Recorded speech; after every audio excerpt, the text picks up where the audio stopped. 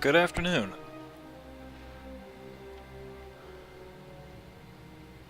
Please excuse me while I be completely uncharming and attempt to eat my lunch while I do this.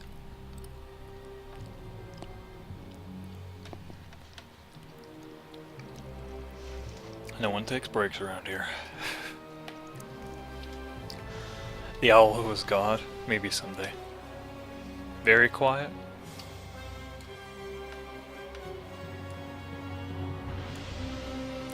It's kind of a quiet track. We'll go with it. I'm very happy to see that. So, yes, my job here is done. If we already have a thread for it, I'm ecstatic.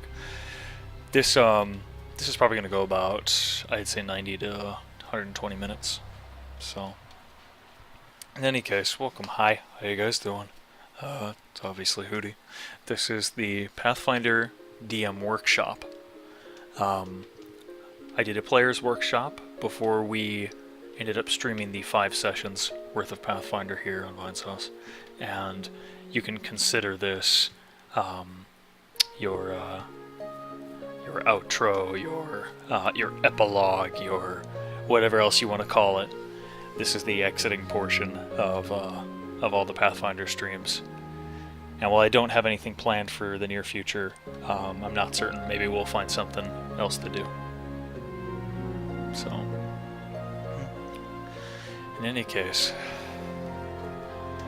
I'm glad to see you all, and I hope this will be informative and interesting. This workshop is going to be specifically for people that are interested in attempting to run their own games, but understanding that from the player side is also very good, in the sense that it can be easy to pass judgment on your DMs, so to speak, without understanding exactly what it is that they do to try and keep your game going. So, let's, yeah, sure thing, Miscu.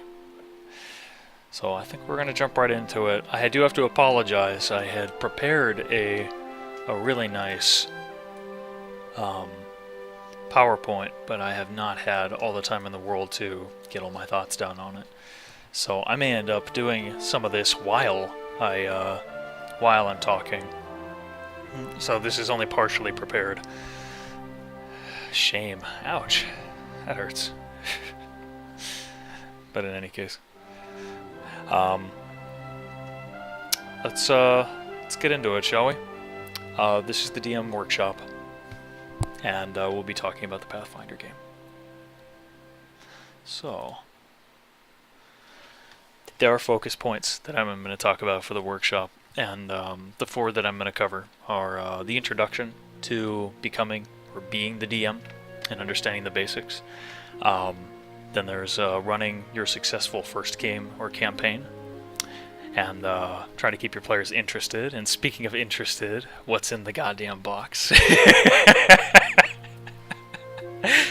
We're going to do a breakdown of the streamer's game, and I'll answer any and all questions that you want to pose for it, because I know some people had more than a few.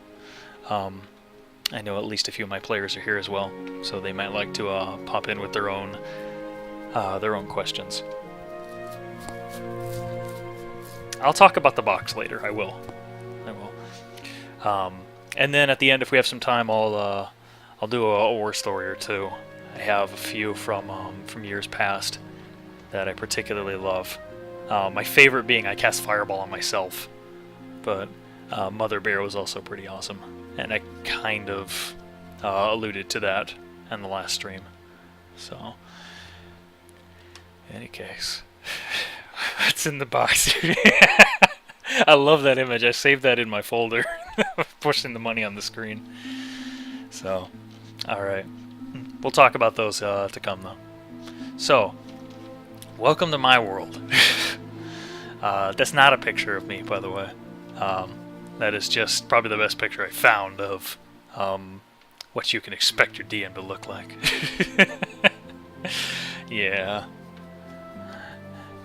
Yeah, sorry. That ain't me. Not enough feathers. So, you're gonna notice something right here for the for what I was working on. This was the best slide I managed to put together, and then I thought I'd have a few hours to work on it today, and I just got caught up in everything I've been doing. So this is pure stupid. In any case, as a DM, you do wear a lot of hats when it comes to what you do as the executor of the game. You, for one, you're a storyteller, and that's obviously the biggest part, and obviously the one that I've talked about the most. And it is all about attempting to convey a powerful and in-depth and a malleable story, because you're not just reading stuff off to your players, you are interacting with them, you are working with them to create a powerful narrative. And these opportunities for collaboration, those are the times when the story will sway from your original vision, but it will become something better than what it was, even if you spent God knows how long trying to prepare it. And you're obviously the sole adjudicator of the plot. You develop the plot. This is all this is Baldur's Gate 2 music, by the way. So that's what you're probably hearing.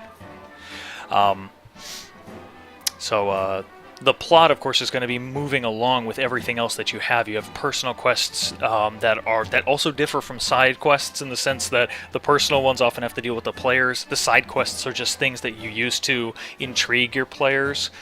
They also provide more depth to your game, as opposed to the single linear walk down a corridor for 30 hours and, hey, it's still a good game, right? And also working with your players is what exactly they want to do when you give them free reign to do whatever they want. You know, you need to be a storyteller. Yes, you have to wear all the hats. So, the next step is you have to be an entertainer. You have to know how to immerse your players in the story that you're attempting to tell. Colorful descriptions, voices, gestures, handouts, what else? Any type of visual aid, if you're working at a table as opposed to being online. Anything like that is pure immersion. You need to have something here.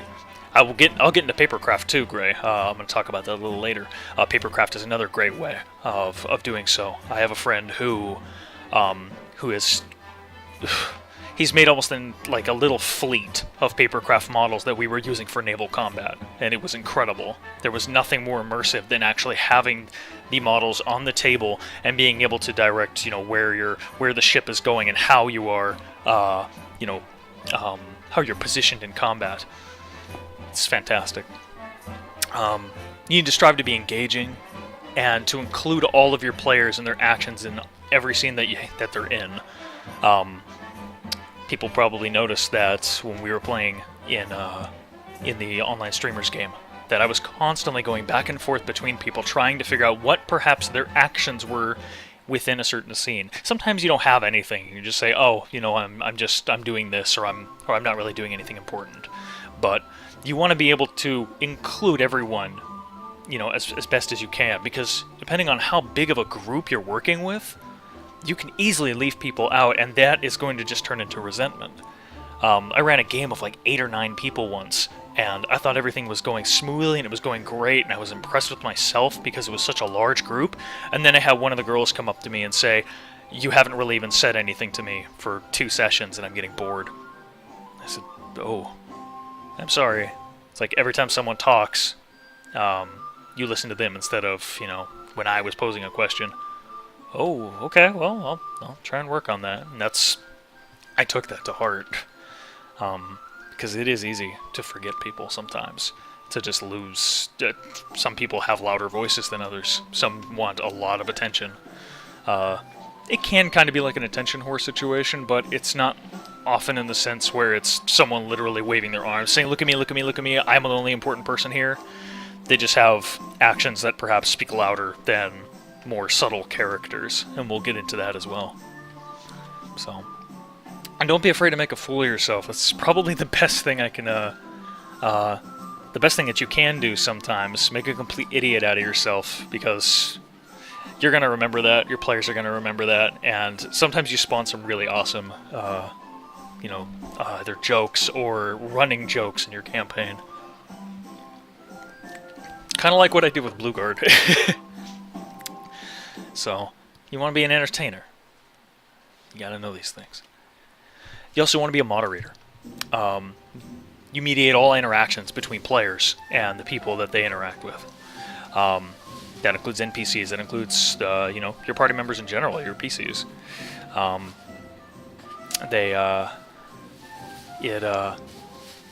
That's conversations. That's any action that they take.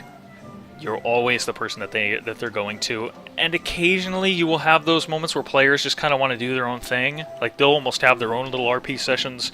This is for veteran players usually. They'll want to talk and do their own little thing, and sometimes you just get to sit back and watch, because you don't even need to do anything at that point. They'll just do it all for you.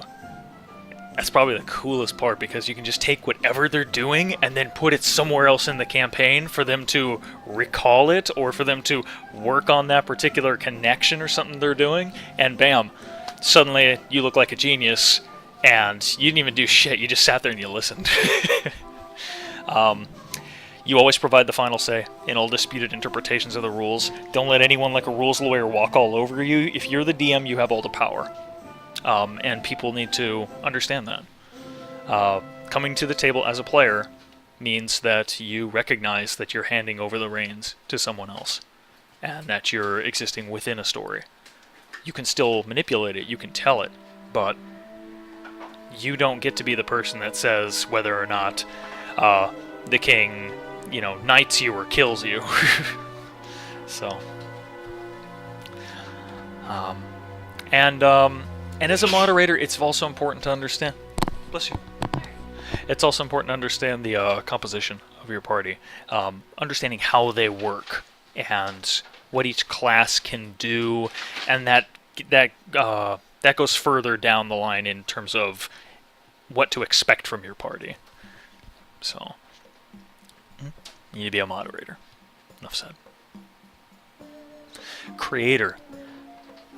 It honestly goes without saying, but as the DM, you're the one that first spawns forth whatever world you'll be working with. Doesn't matter if you use your own that you took 2 years out of your time to, flesh out and create, and something completely brand new and interesting and definitely not ripped off from Tolkien.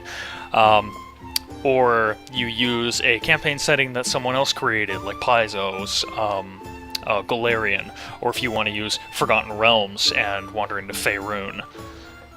Just being able to supply whatever the setting will be, and what time period it is, if it's going to be something different, whether you're working with a special backstory, and then of course everything else that comes with it.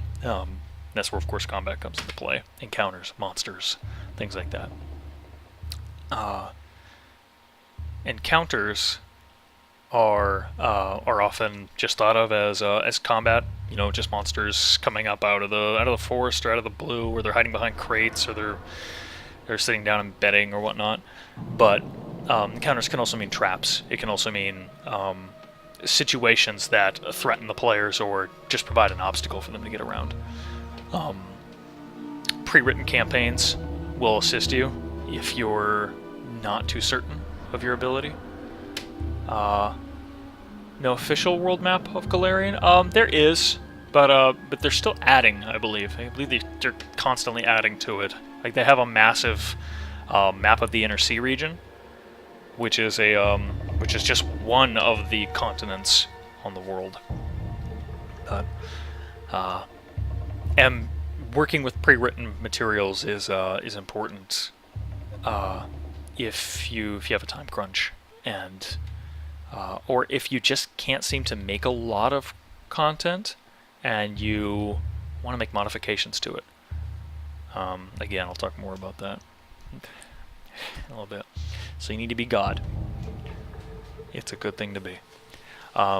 You're an instructor, so oftentimes it's the DM, it's the person with the most experience that fills that slot, because they're the ones that are working with newer players to help them understand what their characters are like, in all senses. How do I role play? What's the way in which this group role plays? Because groups have different methods of doing it. Some get very into it, and they act in first person. They'll act as though they are their character. Some people will act completely in third, and they'll say, my character does this, or my character's name feels this way, and they're not comfortable going into first, and that's fine. It's just helping people to understand where the comfort zone is, and also to understand what they need to know about their characters. I've worked a lot in first myself. I found that's far more fun. Gosh, that reminds me of another story, but I'll try and remember it when we get to the end.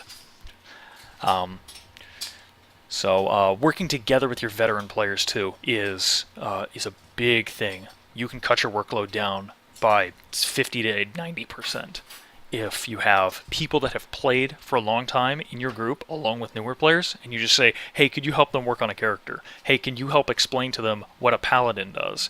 Hey, can you explain to them what alignment or what deity they may want, or what a skill is? And bam, you pawn them off, and they'll be able to help with that. So it's also about delegation. Answer any post questions, and above all, just be really, really patient. People take time to understand all of this. This doesn't just come to you, the next day. All my knowledge is based upon, over 15 years of playing this game. Different variants of it, of course, it's changed over time, but the reason why I still play it hasn't changed at all. It is possible for a group to get started when no one has played D&D before. It is just, it's trickier because a lot of the time you're going to be spending with your nose in a book, because you'll be confused about something, or you'll probably have a harder time with combat at first, because it's just understanding where all the numbers are, where they're flying from, and because D&D is there's so many additive properties when it comes to attacking, and also with when it comes to attacking and defending and doing whatever else, you're often feel as though you missed a few modifiers, and you have to go back and double check it or triple check it. So, someone asked how old I am. I'm 28. So I've been playing this game since I was 13. And it's actually younger than that, I think. I've probably been playing this for about 17 years. Yeah, that would make more sense. I believe I started playing when I was 11. So, I'm used to a lot of this. Yeah. So you want to be an instructor. You know how it is. And finally, people don't remember this at times. You're a player. You're a player. You are not just creating people that are just as interesting as the PCs. You often have to make them more interesting, because you're building... you're often building characters that can act as the immersion that you need for your setting. So I know some DMs that have had dozens of characters as backups that they just rip a sheet out, or they just have it in their head, and they use that character for a campaign, and they just stick them in and say, well, the shopkeeper here needs to be someone memorable because they might be dealing with a quest with him later on. I'm going to use this guy. And he is like this, like this, like this, and and if they interact in this way, he might do this, or if they interact in this way, he might do this, and you have to make them compelling, you have to make them interesting, and just being able to work on that and to build upon what you have. So. Role playing them is another big thing. You should be at your level where the players are, if not way above. If your players are very meek and they say, and they're not even really in character, they're just saying, okay, they may refer to them as their class or their race, like, okay, my dwarf does this, or my ranger, he does this. Or be like, my ranger doesn't think this is a good idea.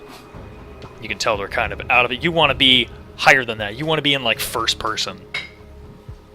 Either, if you can do that. Some people can't. Some people just, they trip up over it and they have a difficult time, so they'll maybe go down to third, and they'll say, well, Aldemari, the shopkeeper here, he says with grandiose gesticulations that he's very pleased to see you and he's extremely happy that you're visiting his shop, and so on. You want to be above them as best as you can, because you need to be the most interesting person in the room. Gesticulations, to move your hands about, to point with them, to motion with them. Be prepared to provide any support for characters of players that can't make the session. Some DMs don't want to play. Some players don't want to play when you're one man down. But if you do that, and some people say, hey, can you NPC my character for this session? Sometimes the DM will take it, or sometimes they'll hand it off to another player, and the character kind of takes a back seat. They help out, but they're not really up and up on role playing because obviously their player isn't there. But being able to provide good support with that character is essential. Yeah. And finally, to remember this, and this is probably where the fear of pissing off the DM comes from. This is where the evil DM definitely makes an appearance. It's the idea that D&D is not a competition. You are not against your players.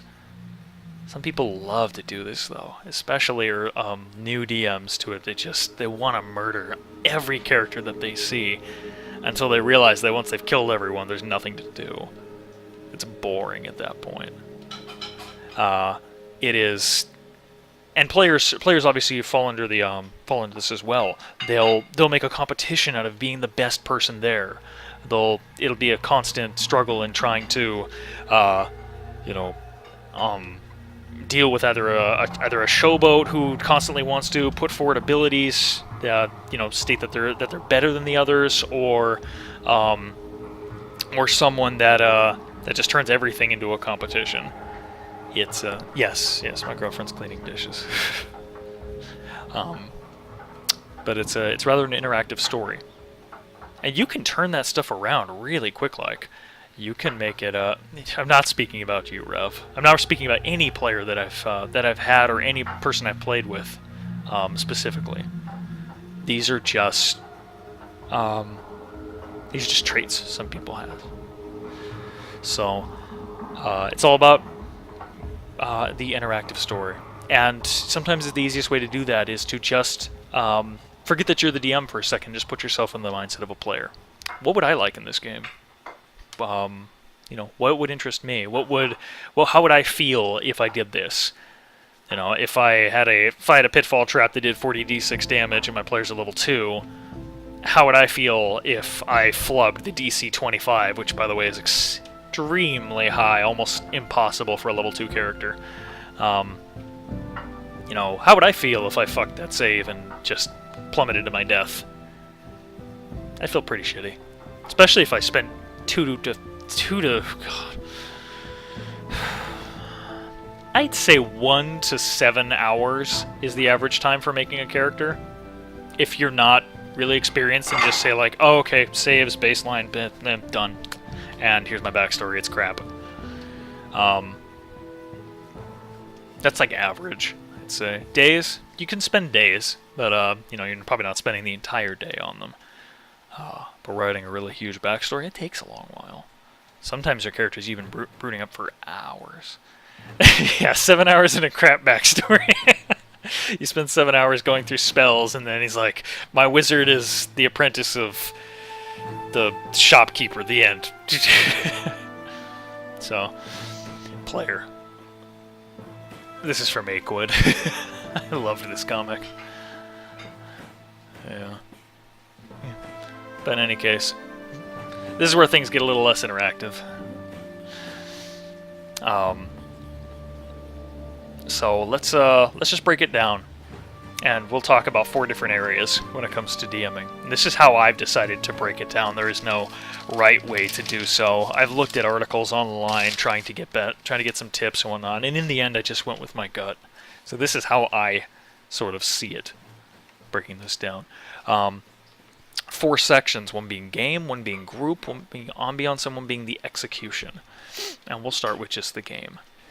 So, the game itself can last. What was the average that we had here?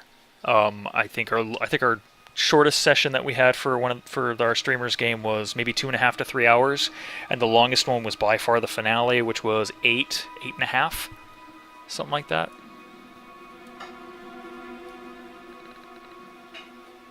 One sec. Sorry, something weird had popped up. So, consider how long that is. Yeah, I'm not logging into that. I just got that. Huh.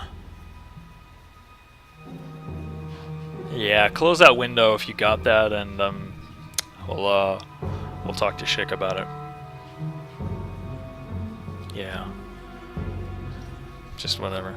In any case, so it was what we ran the range of 2.5 to 8 hours for the Pathfinder sessions, and that doesn't include how much time it takes the DM, which is pretty substantial, depending on how much time and effort they put into it.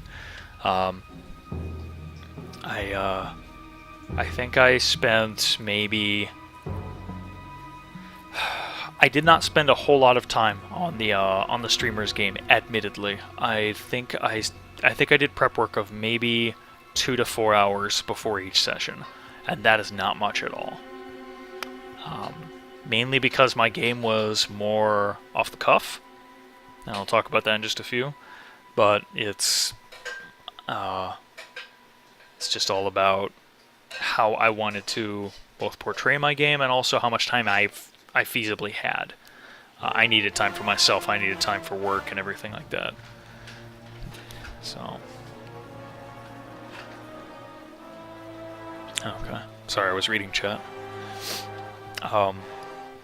And this prep work beforehand, it often has a multiplicative effect depending on how much you know about the game. How familiar are you with the game system that you're playing? It doesn't have to be Pathfinder. It could be 3.5. It could be 4.0. It could be a completely different game like World of Darkness. It could be GURPS. It could be Mouse Guard, something I've always wanted to play. Anything. Just how familiar are you with it, and how will it work? How familiar are you with your players? So that's a huge one. So maybe there's someone that really gives you a hard time because they seem to be 6 steps ahead of you all the time, or they just seem to know what that you're going to throw at them, and you need to figure out maybe how to not exactly counter it, but how to make it maybe more difficult for them. I had one player that was exceptionally smart in one of my online campaigns, and he had an answer for everything that I wanted to throw at my players. And that got frustrating to me because I wanted to make it difficult for them, but they tended to breeze through a lot of situations. But in the end, I just worked a little harder on trying to figure out what might be a more interesting obstacle for him. So, and what are you preparing for? And how familiar are you preparing for certain things? You know, are you the type that spends a lot of time working on working on a plan for something? Do you do a lot of planning in your real life, day to day? Because if you don't, you may have issues with trying to sit down and do this for a number of hours. I know I do. I hardly plan myself. I've tried to be better at it, but I have a tough time with it. So it's like, are you good in the short term? Are you good for long term? Do you Do you deal well with preparing for that? Are you better at working with creative ideas, working on the side of trying to fine-tune how a campaign feels? Or are you better at the mechanics? Do you understand the game mechanics better than most? Are you able to just do numbers in your head and it all comes out pretty well? Stuff to think about when you first take up the reins. A huge one. Don't be afraid to ask for help. There's so much help out there that you can get if you're a new DM. So anything you have from Paizo, any books that you've purchased, any PDFs that you have, those are the first and foremost that you should go to if you have questions regarding anything mechanical. Sometimes even anything creative-wise. The Game Mastery Guide is very good for trying to put forward in a very simple way things that you should think about in creating your own session material. Veteran players, there's almost nothing better than someone that also has been playing for a long time, or that just has been playing for a long time. You can use them as the rules lawyer. You can use them as an assistant DM for combat. So it's like, well, I kind of understand how combat works, but you've been playing for 3 years, so you know how things go. Can you take care of initiative? Can you take care of, maybe not HP totals, but anything else? And suddenly you get a lot of stuff off your plate that you're not quite certain about, and later on you can go back and you can research it, and soon you won't need that help. You'll have to ask about something else. Online resources also help. I've pointed many people to the Pathfinder SRD. It's an amazing site. I argue that while it doesn't have the streamlined form that the Player's Handbook does, you almost don't need a Player's Handbook for it. It's just that good. So, other DMs will also be a huge boon. You can ask them any questions that you have, and any role-playing forums, any forums that discuss D&D are just filled with people asking question after question, and if you think you're the only one that's ever heard of the particular situation that you had once with a character who wanted to use a power when this blah blah blah blah blah, you can almost type it in word for word, and you sometimes get hits on Google. Yeah. So if you have questions at this point, I'll just hold on to them, save them, and I will definitely answer as many as I can when we get toward thing. I don't think we're at the halfway mark just yet. I know we're 15-3, but we'll keep moving.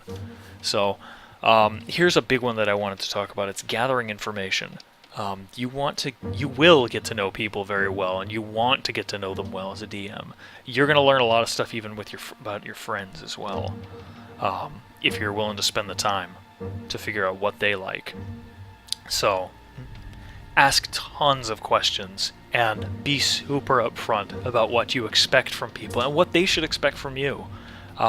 Scheduling is a huge one, but I'll talk about that in a second. Just ask tons and tons of questions. Try to identify what interests your players have. Class, again, just hold that question, Vidya-Dog, and ask me in a little bit. So just try to identify what interests your players and whether or not you can use that in your game. Because that's the easiest way to get people interested, is just use what they like. Let me show you something real quick.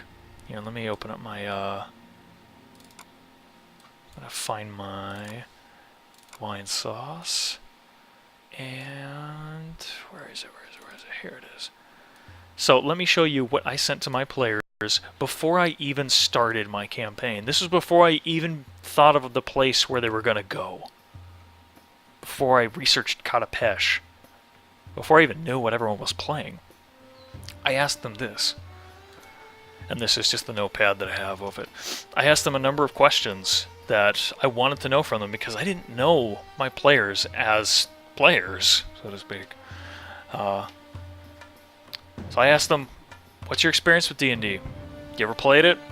Did you play like BG or Neverwinter or something like that else? Or what have you done? Have you watched a game before? Have you read a core book? Have you participated? Have you played for many, many years? Let me know. And of course I got varied responses. Like KY said he'd never played before. Rev said he's been playing for years. Ima and Jen, they were kind of half and half. They were like, well, I've done this, but I don't really think I'm this, and so on. And then I asked character building. And I said, look, the region is to be decided, but this will most likely be in one of the many regions of Galarian, blah, blah, blah. I don't want you to feel limited to anything, so please finish this sentence. Regarding my character, I will need assistance with everything. Statistics, my build, concepts. And this took a little while to write up. I had to think hard on what my characters might need. And they gave me varied information. Were you willing to commit this amount of time? I wrote 4 to 6 hours, and I guess we got close to that. But are you willing to commit for these times? Would this be okay for you? And that's the biggest question. That's what you want to hammer home at first. It's just, can you be here at this time? What works for you? And now that I know what works for you, can you be here on this time? Will that be cool with you?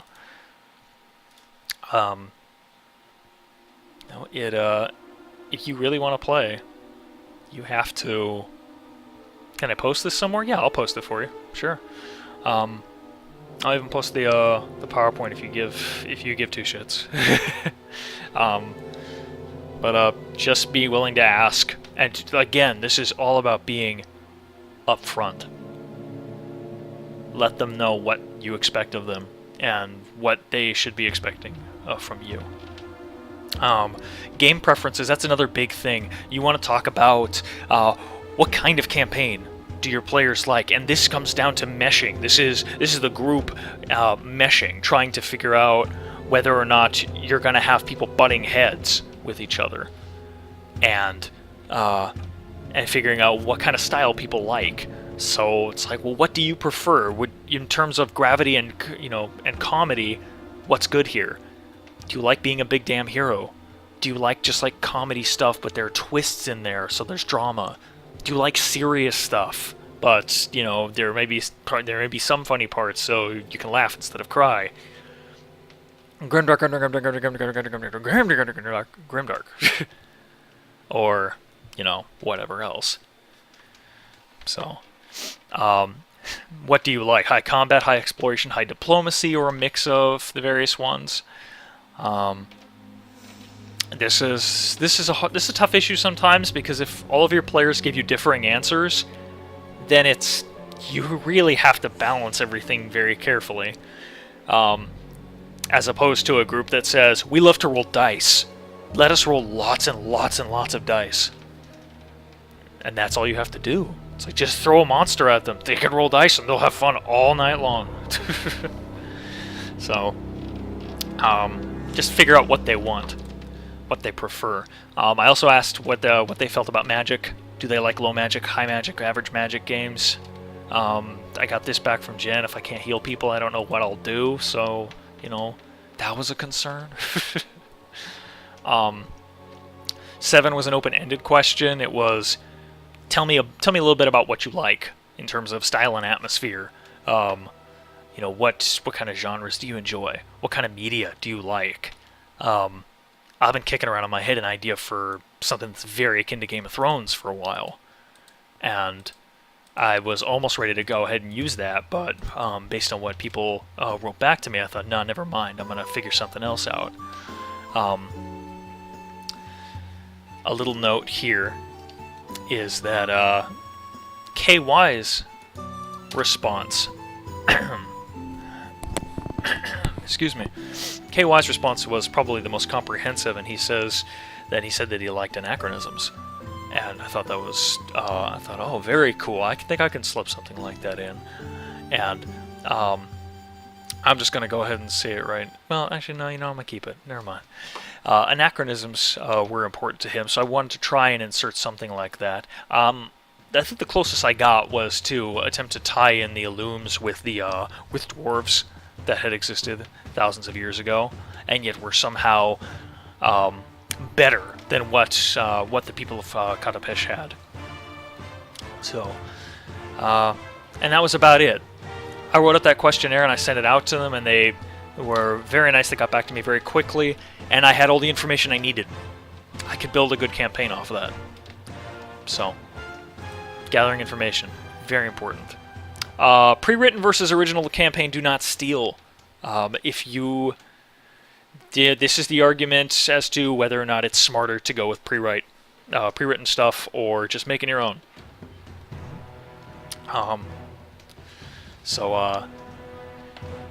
Things you want to think about if you're making that decision. Time management. How much time do you have to make original stuff? Can you make it quickly?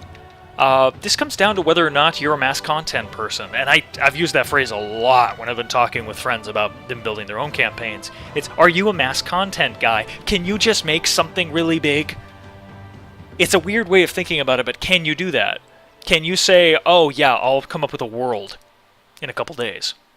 Can you do that? Personally, I can't. I have to use someone else's material at times. I have done it before, but it's very basic. I'm missing a lot of the stuff that I feel that another person would have thought of immediately. Yeah, exactly. What Dan Slab just said there is that there's trees in the forest and maybe an elf. Some people have a hard time with it. Some people can do it quickly. They do it just as fast as I can think of dialogue, and that's that's my focus in the game. It's dialogue, character development, and tweaking things. I have another thing I could show you too, in just a second. Time management. If it takes you a long time to make original stuff, if you do not have a lot of time, you work full time. You have a lot of stuff that you do at home. You may have kids. I don't know. Just depends. Original stuff may not be the best way to go. It just takes a long time. Pre-written, it's right there. You just have to read it. It's not that hard. A lot of the pre-written stuff does have it can have very annoying tropes in it, and I'll talk more about that in a little bit. It's from a long-running campaign that I played in that I started to get really tired of some of the issues that I kept seeing in the game, but I'll get to that later. Mostly just think about the time management. Thanks, Chimera. Difficulty in creating new material. Like what I just said. It's, if you have a hard time with doing that, might not be the best thing to go with originality. Pacing. Pathfinder gets a couple, Paizo gets a number of things right. They pace somewhat well in their campaigns. Others they have a really tough time with. And it gets weird. In the span of... I shouldn't say the span of. I've been playing on and off in a campaign for probably a couple of years. And we were playing a really long-running one. It was a level 1 to level 20 campaign. And there was a point in time where we're like, oh, okay, we're saving a city. This sounds good. Yeah, saving a city. I kind of feel like Dragon Age-ish in a way. And what happened afterward? Massive demon. Oh, and now you're in a different plane of existence. What? Yeah, now we need to reclaim this plane of existence to use for our own purposes. Oh. Okay. It's a little weird. We didn't kill any gods, no. We never finished the campaign, unfortunately. But I can talk more about that too. So pacing can be an issue if you're not too familiar with how to do it correctly. Creation of NPCs and encounters takes way more time than you probably know. Creating a believable NPC can be as easy as a name, a few traits, and a description. That is mainly what I did with Yesia. Yesia was very on the fly. But then again, most of my stuff was on the fly. Encounters, however, need to be balanced. They need to be cared for very carefully.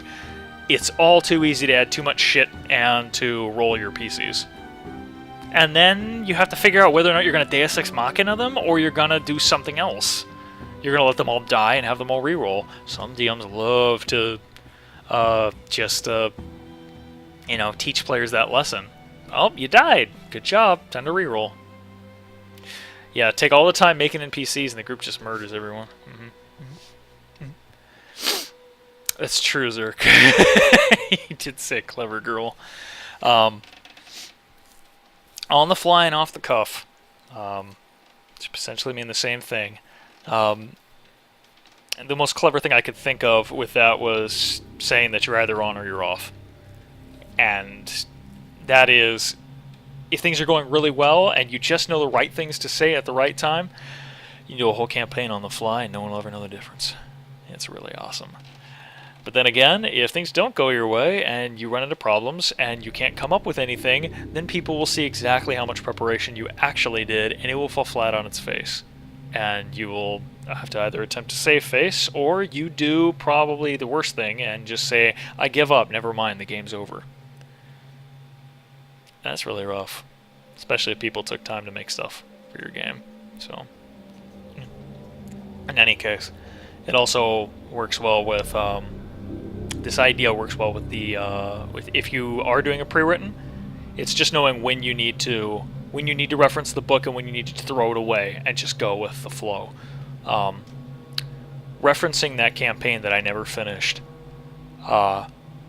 it was a fairly linear campaign where 4 individuals got to work in a city. The city was built into a dormant caldera. So dormant volcanoes, but it was pretty cool, and the city itself had a lot of interesting NPCs to work with, and it seemed fairly colorful. But there came a time when we got bored of that, in a sense, and me and a buddy decided that we wanted to make a tavern, and it became a partial tavern operating game. As well as we priced out the cost of chairs and tables and working with bar servers and everything like that. And there was nothing in the book about that. And our DM looked at us and he was like, well... And thankfully he knew at that point when to throw the book and to just go with it. Because that right there probably kept us playing for at least another year or two. It was something interesting. It was something that we were accountable for. It was something that could be used for later sessions, such as NPCs that are very high up that we'd have to deal with anyway, giving us loans and therefore becoming our debtors. And also, I think we got ambushed at the tavern at one point, so it was kind of like being attacked on home ground. And that was pretty amazing, even though I almost just like kicked the bucket hard. So, this is where my PowerPoint, I believe, ends. Yeah, I was working on group and I had to start up the stream. So, I'll just go off my notes here. A little more scatterbrained at this point, but I'll try and get to whatever I can. So, for group, scheduling, please. If you want to play, if you are the DM, wrangle everyone together, find out what times are available, and go with it. If they all have varying schedules and you can't nail down a specific day, you may not be able to play with everyone. It's just as easy as that. Certain games exist online where you can go to forums. You can do forum-based D&D. It's not as... I think you lose something there. A definite something. In fact, I think you lose a lot just going from the physical table to playing online. But it's also very different doing a forum-based game as opposed to a time where everyone can participate and like roll 20 and do that. So, meshing, making certain that all of your players work together well, or that at least they start to work together. Some players will want to tie in their backstories together, and that's great. That's so much less work that you need to do in order to get people to get the players in one area, to get them to have that common starting ground. And sometimes you may need to help other players figure out how they can tie their own character in as well. Because, just for example, if you had if you had a lowly shopkeeper, if you had a whore with a heart of gold, and you had a street urchin that were all going to be player characters, and suddenly someone came in and wanted to play a prince, you might have some issues. Maybe. Because there's just way too much disparity with the characters there, and you need to either figure out a really clever way of putting them together and making them work together, or you need to, just nix the idea. So, compromising. You want to compromise as much as you can with your players. I did plenty of that in pretty much any campaign I've run, and it's always for the best. Because the happier you keep your players, the more interested you keep them, the better off the session goes, and usually the better you feel. So,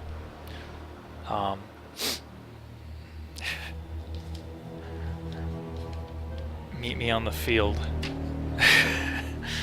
I'll be there with my foam bat and my bags of fireball flowers. We'll LARP together. It'll be great. I'm gonna move to ambiance, which is the third one. It's obviously very different playing a game online as opposed to in person. I've played games in dark garages that have worked exceptionally well with the theme and what we were trying to do in the campaign. I've everything from lighting to music to what you have physically to keep track of combat, or just stuff for immersion. Miniatures, papercraft stuff, papercraft houses and vehicles, and maybe hand-drawn maps. Everything like that adds to the experience. It adds more to what the players may be looking for. There was trying to remember. There was an event that I was going to do in one campaign. It was a Napoleonic era campaign, so gunpowder was fairly common, and my DM had made a papercraft city. We took out the slats in this beautiful gaming table that one of my buddies has, and we filled it with papercraft houses, and it was literally a city. And that was the crawl. It was incredible. I think I have pictures of it somewhere. I gotta dig them up. But it is all about the ambiance. It is all about the extra things that you attempt to use. So, to do that online is a little trickier.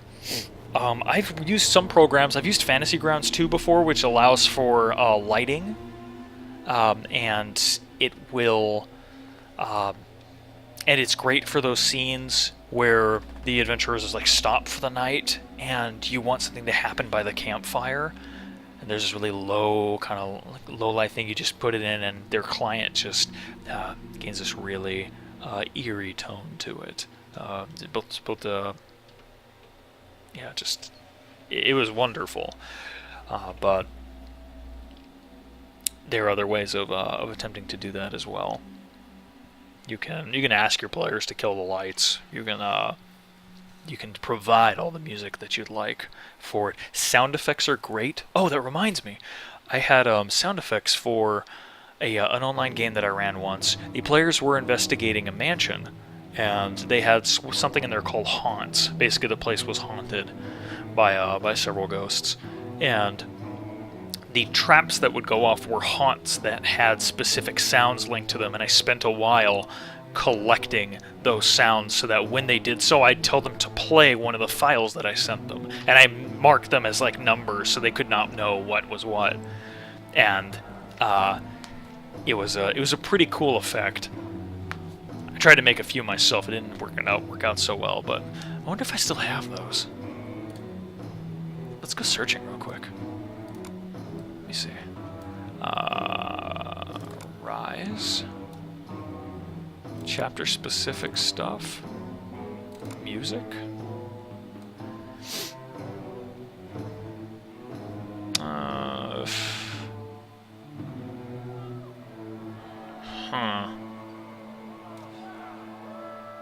Wonder how loud this will be.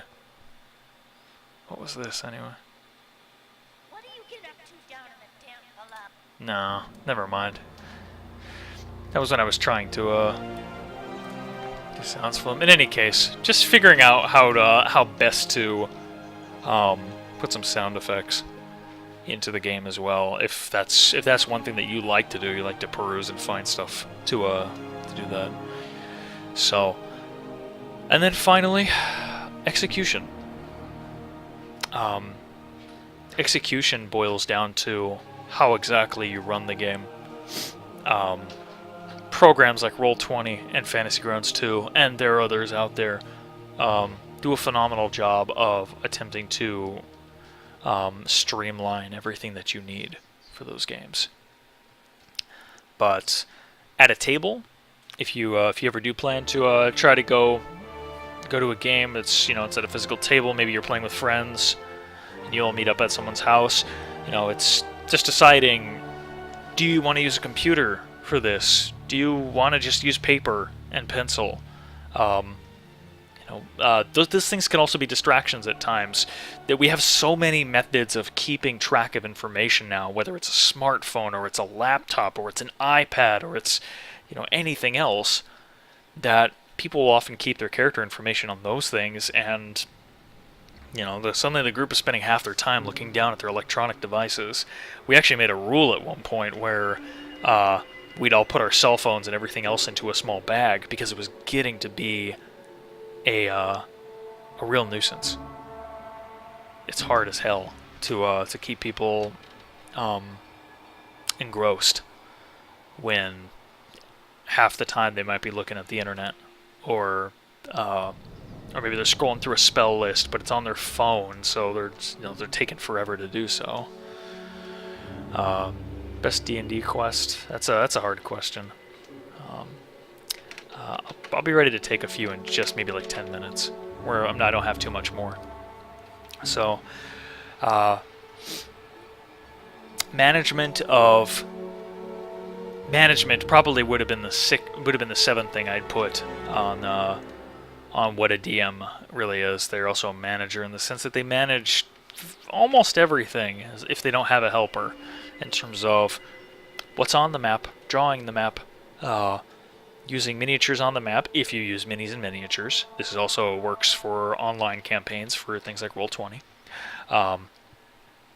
Dealing with combat, organizing initiative order for combat, as well as HP totals, and also assisting people with their rolls. You're managing the story, obviously, and how that continues to progress.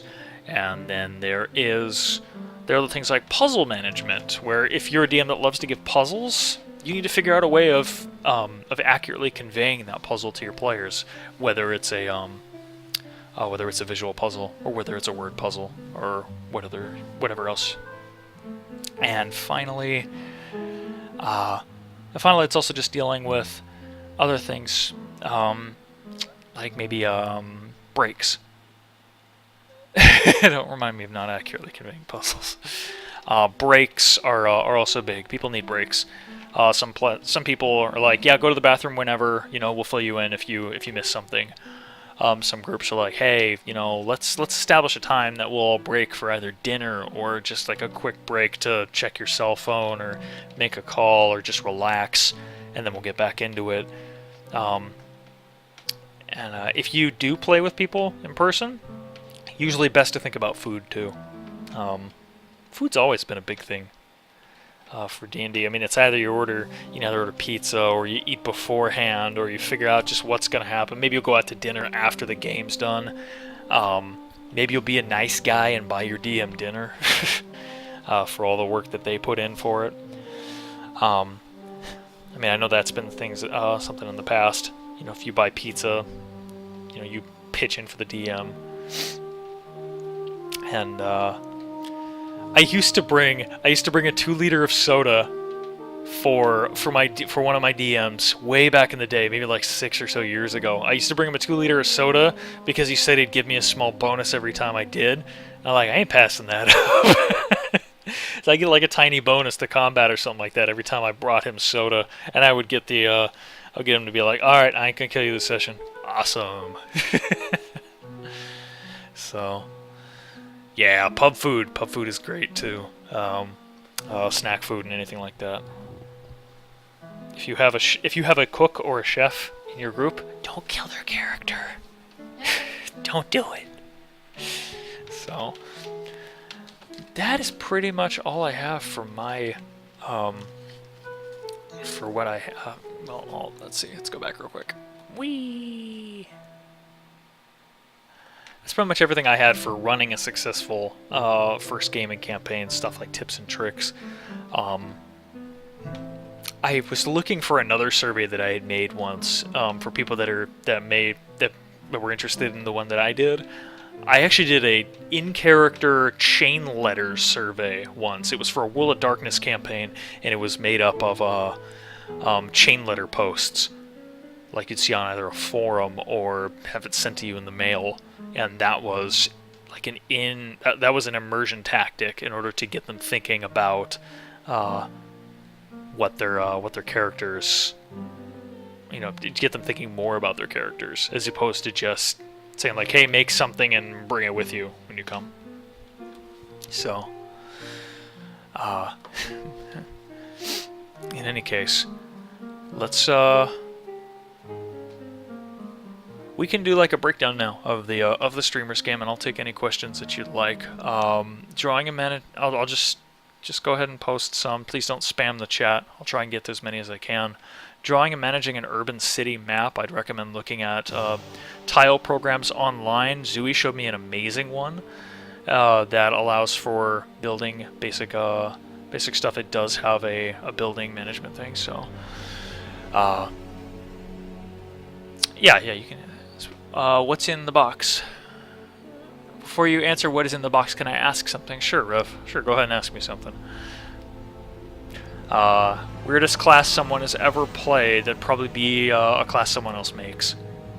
Some people really love to make their own stuff, and as a DM, you have to look over that with a fine-tooth comb, because if that breaks anything in the game, other players may get really pissed off at that. So you just have to be careful.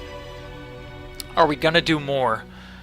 I cannot confirm or deny whether we can do any more. And the reason I say that is because I'm taking on a full-time position now. I don't have the same free time.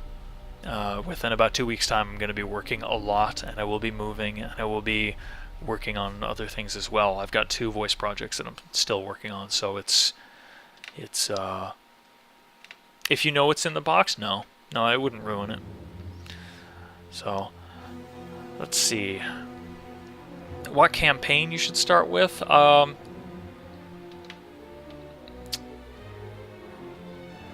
If you're looking at like pre-written stuff, I'd recommend trying to find a Pathfinder Paizo module for it. It'd be really important to do that, because it's probably the easiest thing to do. If you try to use like a 3.5 campaign, you're gonna have to convert, and that's rough for a starting player. Is the one guard that got away going to become a villain in another campaign? It's good to sometimes have people that vacate, because it not only conveys to your players that your NPCs aren't just mindless people that rush to their deaths, but they also like to think about what their lives are. You also bring them back later at different times in order to continue their roles. That was actually something I was planning on for Dalim, and also something I was going to plan on for Blue Guard if he were to live, but he did not live. I have not really played tabletop with my waifu, but she definitely wants to play. Uncommon, non-standard monster classes. You need to be careful about those. They're often very powerful, and they will change the dynamics of your encounters that you put against someone. I can take 4 PCs that are all humans and various boring classes. Boring being core, not really boring anymore, but and put them up against an encounter. And if you took 4 players that decided to make monstrous and uncommon character classes and put them against the same one, they'd probably walk all over it, or they would die. So it really depends. It depends a lot on depends a lot on what they are. Like I said, you are the last line of defense. If something doesn't seem right to you, or if a player tries to get away with murder, don't let them. say no. You can do that. Yeah, I did call her my wife. Will Blueguard ever return? I thought about letting him come back just as a fun thing, but I think Ima did a great job in trying to mimic Blueguard in the last session. That failed horrifically.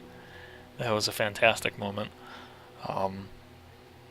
Whether I was giving serious thought to it, not really. That was a common. It's a common trick to be able to instill enough of a personality within someone, or to prey upon others' emotions enough to where you can give a character, you don't want them to die. You want them to live for whatever reason, and that's why it was almost really satisfying to kill off Blueguard, because it was something people were somehow invested in. Yeah, Sarah was the intentional one, but Blueguard was so unintentional. He just had the shittiest day, didn't he? Tiles and maps. Look at what Zooey's link is. That's a good one to look at. Kobolds. Oh wow, kobolds. Okay. Let me get back to that question. I will get back to it. Is there anything more to Yassir that we didn't see in your campaign? Yassir was part of an organization that was working to basically topple the Packmasters. At least that's what he would have done if he had survived. He actually became, as you notice, it was maybe a little strange at first to just have the players brought to a place where they were going to die and then have someone come save them. There was a real reason why Yassir was there to assist them, particularly since KY's character Casper was doing a job for him. But in terms of what else he might have been in store for him, it's hard to say. I was coming up with some more information, but the campaign did not continue outside of the caverns right below. Oh, I've got the fish. Okay, you do that. You do that, Clay. Poor Blueguard. Yeah. Let's see. Was Sharif the good guy? No, Sharif was definitely the typical evil asshole. This was a tough tactic. This was a tough thing on oh Lord. I should really just start putting a lot of these on a notepad so I can answer them as I go. Are they really fake corgis? Apparently, according to the internet. No, Sharif was an asshole, and he was rightly the asshole because I didn't have time to create a villain that was so multifaceted that you'd want to hate him you want to hate and love him, because those are honestly the best villains, in my opinion. It just had to go a certain direction with him. I had to make him really hateable, and it was goddamn names. I'm just copying and pasting questions into a notepad right now, so I don't miss any. So there's one from Mac. Poor Schick is just, he wants to know what's in that box. I know you want to know. I will address it. Love to hate villains are the very best. It's because they're people. It's because they're people. They're not just an evil presence that does whatever they want to do because I want the power. I want the fame, the women, the whatever else. It's Sharif couldn't be that. Unfortunately, with the time that I had, I couldn't make him like that. If this is one of the drawbacks to doing on the fly. You can flesh out your villains far better in terms of what they will and can't and why they won't do certain things. Tips for writing a story. Was Sharif actually gay? No, he wasn't. I am still copying questions, and I'll answer them. Let's see. All right. The last one I copied was Robot Faker, and I'll answer them all now as far as what I've got. Let's see. Okay. Really uncommon monster races like the Tengu. They seem to be amazing with swords and guns. Again, there are now so many races that you can be in Pathfinder that it is difficult at times to keep them all within, to keep the group cohesive in terms of the dynamics that the races will play. So if you have Tengu who have, I may be wrong, but I think Tengu are the ones that have incredible acrobatics checks too, so they make great ninjas and thieves and stuff like that. And it's all about trying to either downplay the race and work more on finding what the interest is in the character. But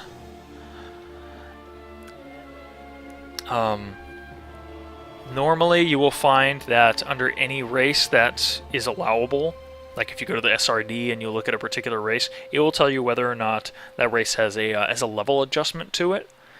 What level adjustments mean is that the race itself is so powerful that you need to consider the character at a level higher than what they normally are. So if it's like level adjustment +1, a normal human at the same level as, say, like a normal, we'll use Tengu, but I don't think they have an adjustment. A normal human, a level 3 fighter, will not be the same as a level 3 fighter of that race that has a level adjustment. They will be considered a level 4 character for all intents and purposes because they're just stronger. Yeah.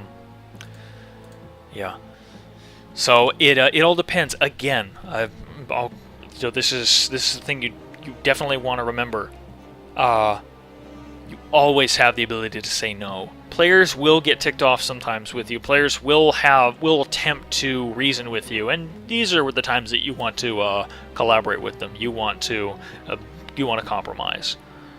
But if it's something that's going to break your game hideously, please tell them that you think that there's a strong possibility they will break the game and make it less enjoyable for everyone.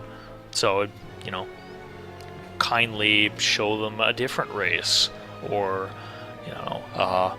if it doesn't, let them have their fun. They want to have fun. Tips on managing an erotic role-playing session. Don't. Was Sharif the good guy? You actually find groups that vary in terms of what they're comfortable with in those terms. Yes, I have heard of groups that do like to do erotic stuff, and most of the time, in my opinion, it is mainly just for the shock effect. I had a buddy who played in a online not an online actually, this was an in-game campaign, in-person campaign, and he said he lasted a session because his character, once he had made it, had been violated, I think, by another NPC, and the DM actually took the time to defer to one of the other players in the groups, who then went into extremely graphic detail about it. I mean, like, extremely graphic, and he was like, I was done after the first, 20 minutes. Yeah, that's pretty awful. I won't say that's how all groups do it. There may be some that do it pretty well, but whatever, man. Tittlebonk. I'm gonna grab Tittlebunk's question and Ditto's question. Okay. He was done, yeah. Like I said, Sharif was not the good guy. He was a very basic evil villain. It was like, I can find power in taking this technology that I found and using it to my own means. And I'll do it in whatever way possible. I have to take people off the streets in order to power my powerful automatons with their souls. Sure, I'm going to do that.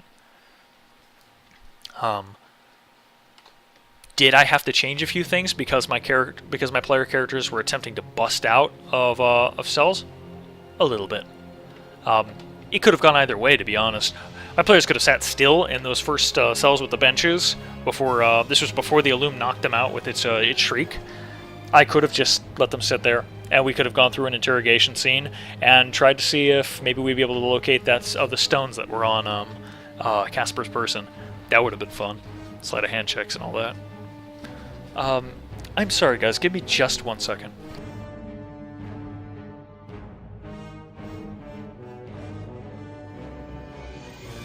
Okay, I'm back. Alrighty. What's next? At one point, Sharif flat out tells the players he's going to manipulate them into helping him take control of Katapesh. What was going through your mind when you let Sharif tell them that he was their enemy?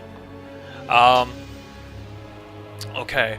What was going through my mind is half of me was saying that I needed to create a reason for them to stop him, because so much had happened so quickly in the game that there was no drive in order to for them to take on this man. Now, this may look like an issue in terms of how the map was laid out. It was a fairly linear layout. In fact, it was very linear in the sense that it all led to one area. Some people will argue that that is railroading, and I will not completely disagree with them. What I felt I needed to do at that point was to establish what was going on in very clear terms in the campaign, which is something you have to do with newer players at times. I've had times where I've attempted to very subtly introduce an idea to a player, and it just confused them, and I had to literally replay the scene because I didn't do it in a less subtle fashion. I had to literally have someone come back up to them and say, hey, I fucked up when I was talking to you earlier. Maybe you should do this for me. Instead of like really trying to be very underhanded and sly about it. And also, Sharif, in my mind, was a showboat when it came to power. He was already proclaiming to his soldiers at one point that he was getting ready to take over the city as the PCs were coming in behind them in the final session. So that was just trying to play up both the pride angle and also the very cocky. It is a villain trope. The very cocky. Let me tell you my intentions before I kill you, Mr. Bond, sort of thing. Yeah. Yes, that's why he was there. Yeah, I know it wasn't really apparent because honestly, that encounter was pretty hastily created. So, let's see. In my campaign, my PCs run away. What's that? Yeah, exactly, Shikaku. Whatever happened to the cowardly Zui who ran away? He ran away to fight another day, and then you had that really awesome moment at the end where the players send the last Illum off to go kill him. And I wonder if I still have the comment from Tenscon. It was my favorite comment, I think, when from the. I am still taking questions. Let's see. Let me find it real quick. It was so good. I laughed so hard when I read it. I think it was from notes. Yeah, I'm going to write a custom campaign for Pathfinder entitled Demon Lord Zui the Coward. It will involve chasing him through his evil castle as he cries and asks you to please leave. I still laugh. It's amazing. Like, that should be written. That should be a real thing. And it was just perfect because the Illum had been chasing him off. And I believe this was written from the first encounter after he had left. So the fact that he lived through the very last encounter and was seen running off into the distance with the last Illum chasing him was by far one of the coolest things at the end. No, I don't think you need to audition. These were notes that I wrote down while I was doing things. Just very basic notes of how I was dealing with how powerful people were, and these numbers that I usually did in my head. 1 second, please.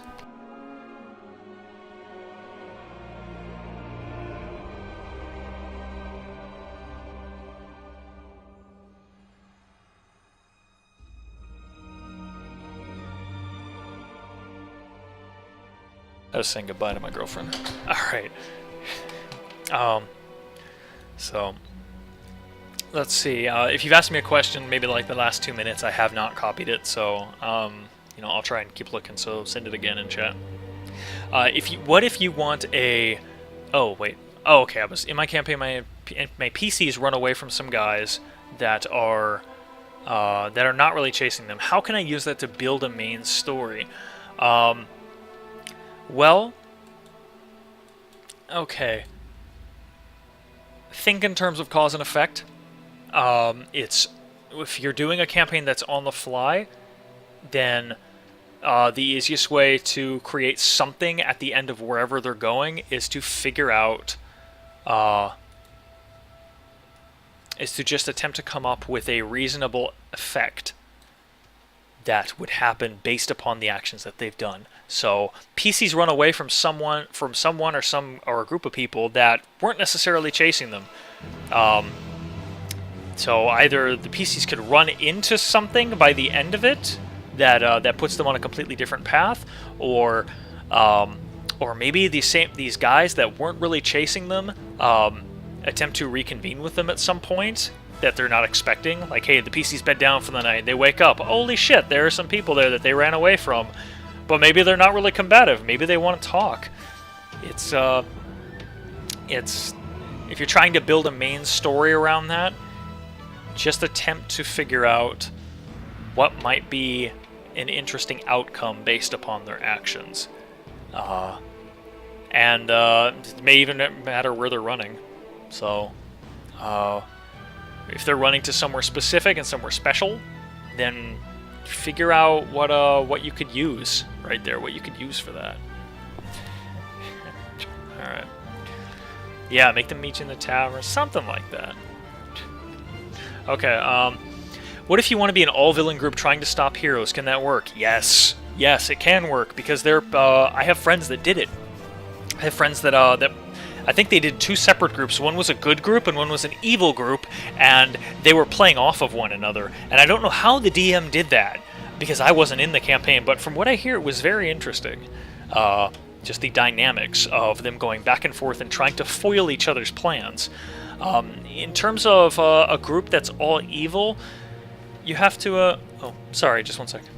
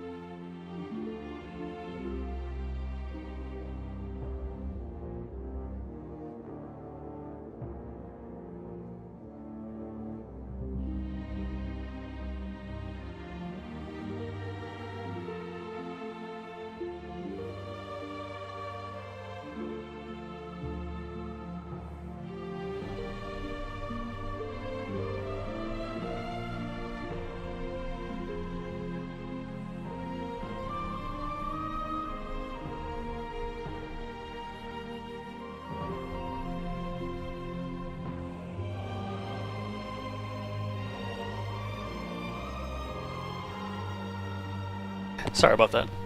Girlfriend wanted to borrow my car. Okay. All villain groups can work. If you're working with evil, if you're working with all evil characters, though, just in my experience, that's either going to devolve into baseless murder and stealing and things like that, which will be fun for maybe a session, maybe even half a session at that.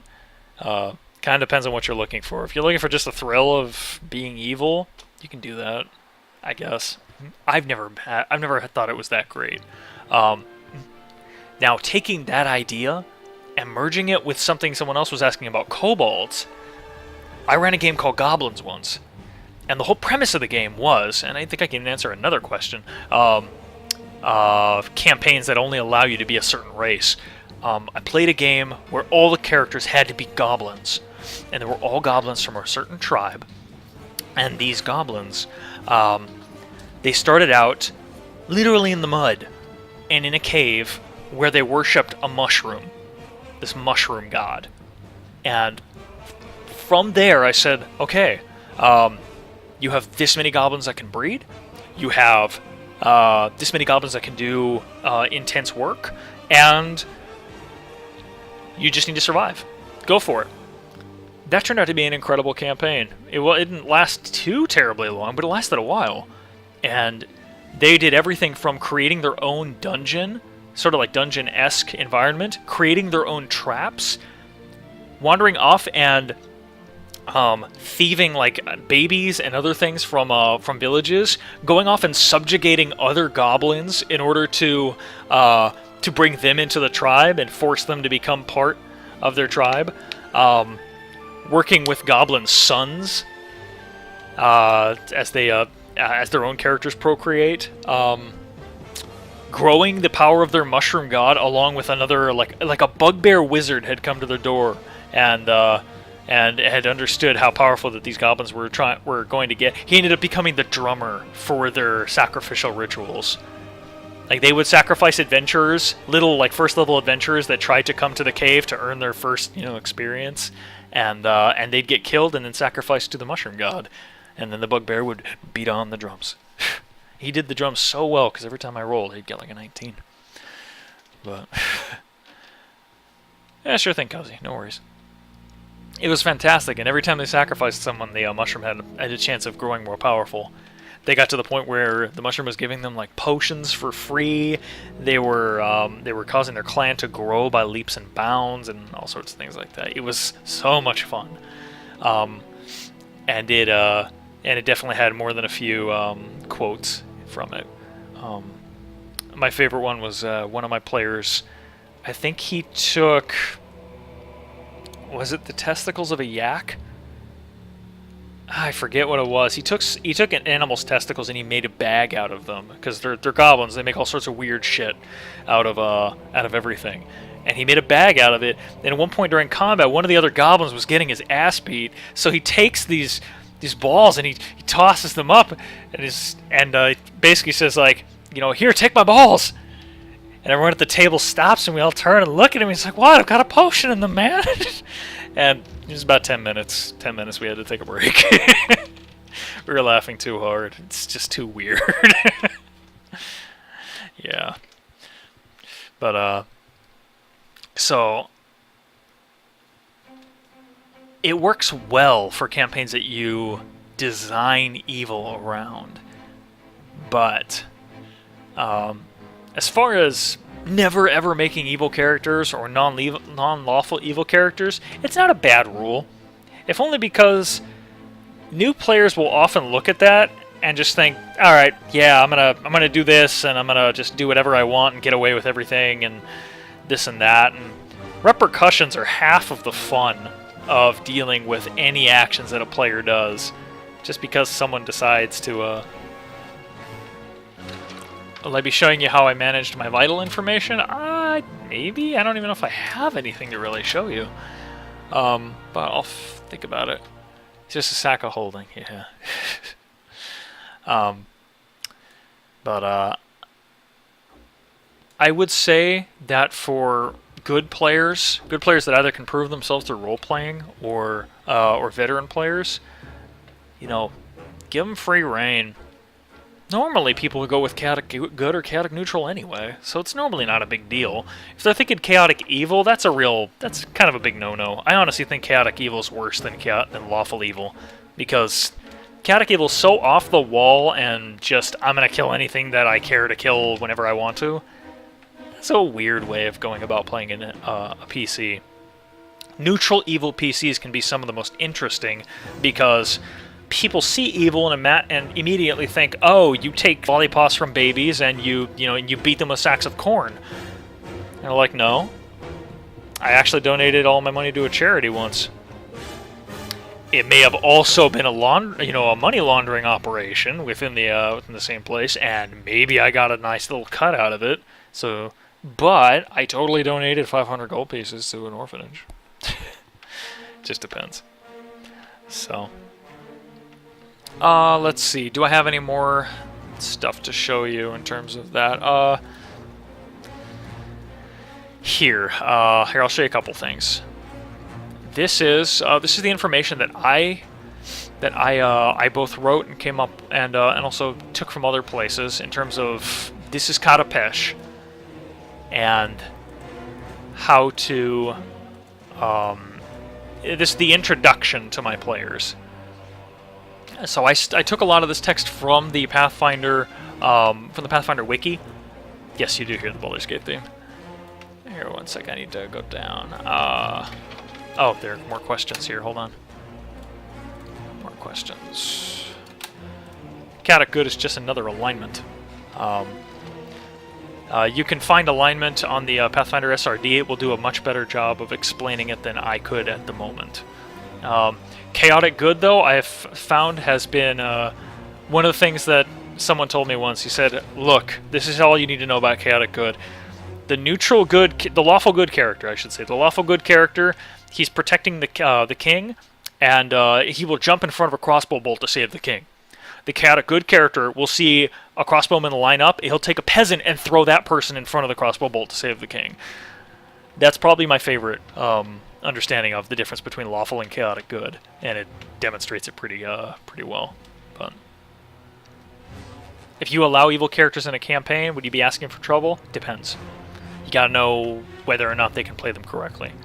Like I said, most of the time, evil is literally just evil for its own sake, and it gets boring. So, unless they think of a really good way of incorporating that, the evil along with maybe keeping it on the down low, because who really travels around with people that are just complete assholes? No one. No one does it. If they can keep it on the down low, if they can figure out a way to make it work, then yeah, it might be worth it.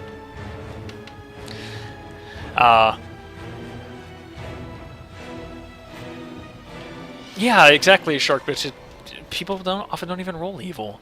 It's often good. It's just good. Okay, so in preparation for introducing my characters to the region, I gave them snippets from the wiki. I gave them settlements of interest in the region with links to show them where they could possibly be from if they were in Katapesh to start and had then gone to the city. And then I wrote out specific hooks for each character. And this is because most of my players, if not all my players, were fairly new. So I took what they wanted as character concepts, and I wrote out things like, here's one for Rev. This is Randus the character. Katapesh's citizens have a particular taste for blood sport and love to gamble and sponsor pit fighters for everything from street-side brawls to citywide death matches. Do you see yourself volunteering to show what you're made of and clobbering saps just like you for money? Then again, Katapesh deals with slave trade in an everyday fashion as it's one of its most lucrative businesses. Are you looking for freedom? Is pit fighting your ticket to a better life?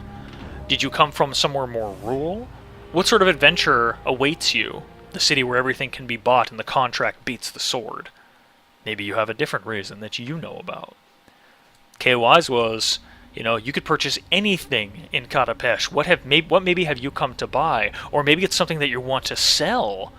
Huh? Buyers of all shapes and sizes, none too foreign for Katapesh, lurk in places of common sale and beyond the eye of the law. That's, I think, where his box also came into play. It was him carrying the box with a purpose to do a job. He had been given it, and he was told that he needed to take it somewhere and do something with it. That's a good way to do it as well, Mackerel. Just not even bothering with alignments. I would never play video games. Never. A good system for hosting a series of one-off campaigns. I don't honestly know what that means, a good system. But if you're doing one-off campaigns, you're probably dealing with people that don't have a whole lot of time. So so you'll be doing one-offs to just satisfy that RP urge. But I'm not certain what exactly you mean by that. If you have another way of explaining it, I'll try and 7872, please no spam. It's cool. I'll get to everything. The only other game I played where I had everyone decide whether they wanted to be a dwarf was the quote-unquote Dwarf Fortress game. It was a variant of the Kingmaker campaign, and it was very it was interesting. It didn't end up lasting all that long. I'm sorry. One more pause. Just 1 sec.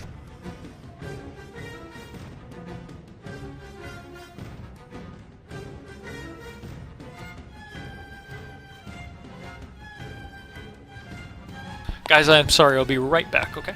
1 second.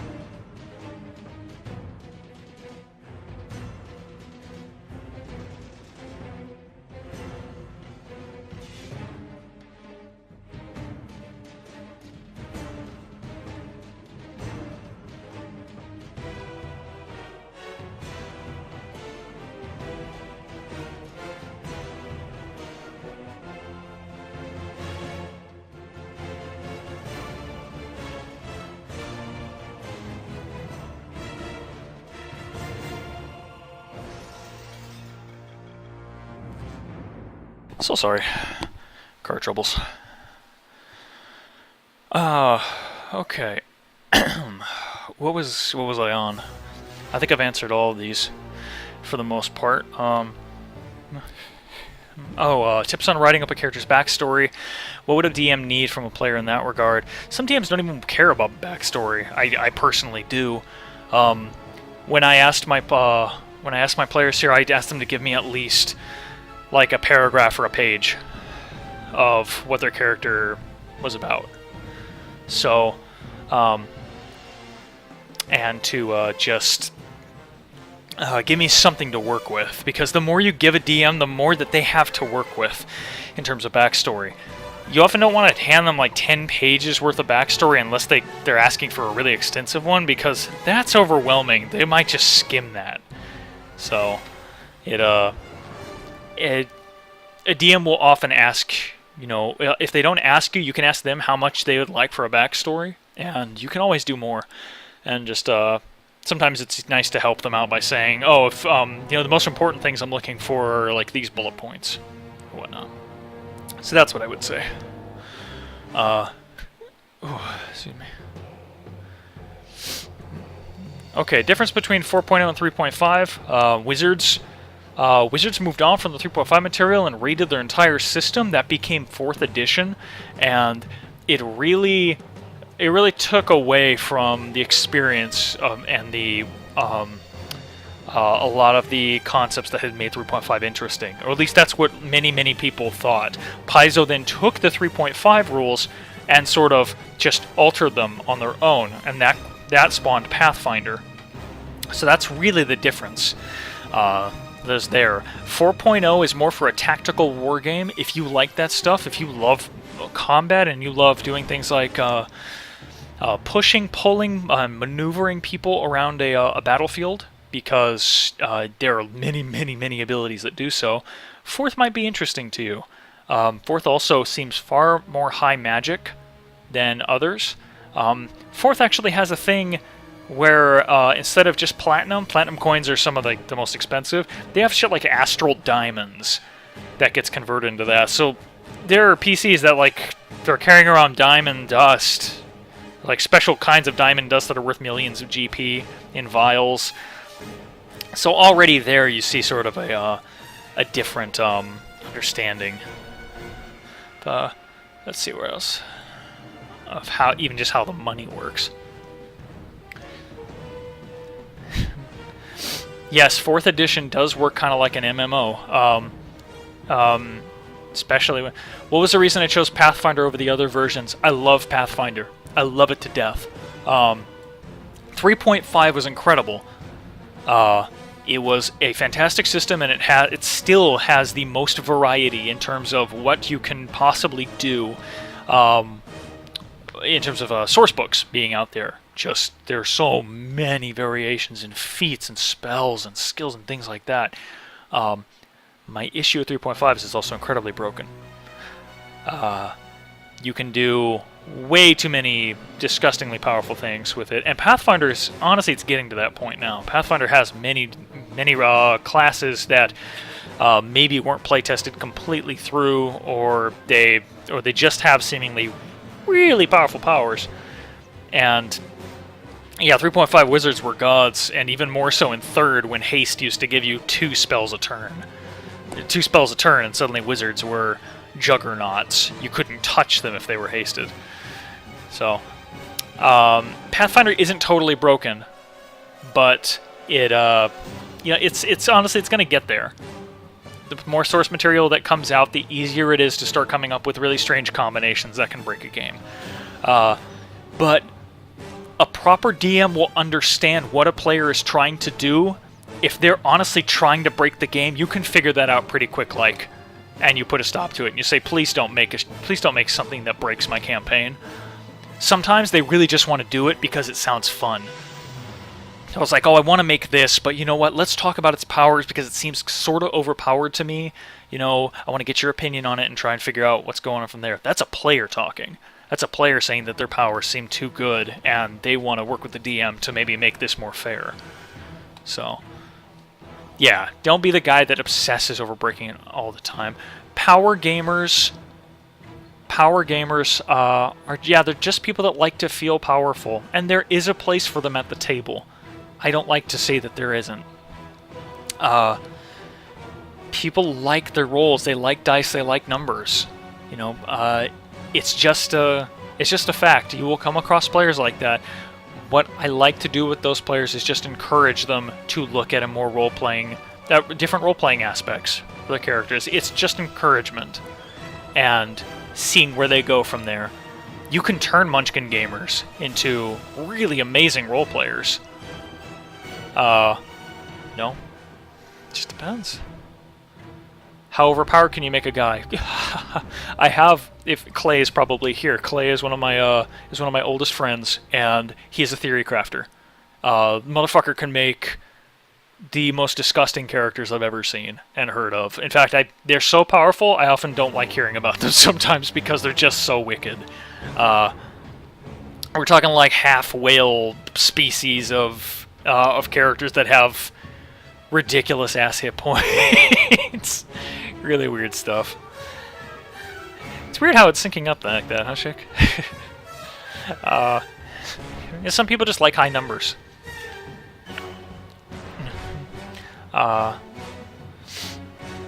So...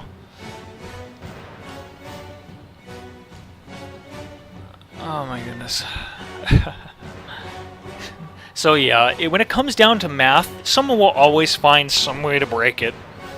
They're just numbers. And the people at Pies, the people at Wizard, and the people at TSR, way back when, they created this game with the idea that folks would want to come together to enjoy a story that is told in a realistic fashion with numbers behind it that made sense. And sometimes those numbers just don't make sense. The best thing to do is just ignore them and just push along. If your players really understand, they'll go with it. They'll go with your rulings. So, crit decks. I don't really use crit decks myself. One of my best friends though had a group that did use crit fumble, crit hit decks, and they're kind of cool. I've looked through a lot of them and seen what they do, but they're scary in terms of their power. Like, you want to make certain all your players are okay with it. Know whether or not they're cool with the crit decks. There is if you look up critical fumble and critical hit decks, it's on the SRD, I believe.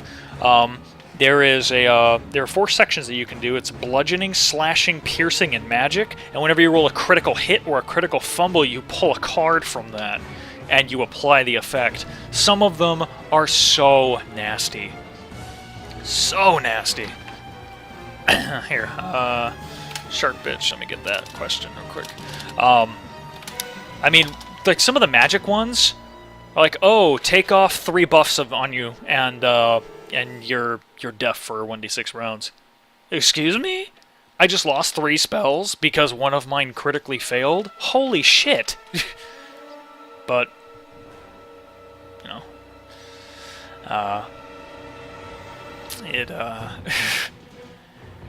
you have to be willing to play with them. Or rather, everyone should be willing to play with them. If even one person's not cool with it, don't use them. Don't use them. They're just awful. I've heard of the locate city bomb. I have Shark Bitch's question.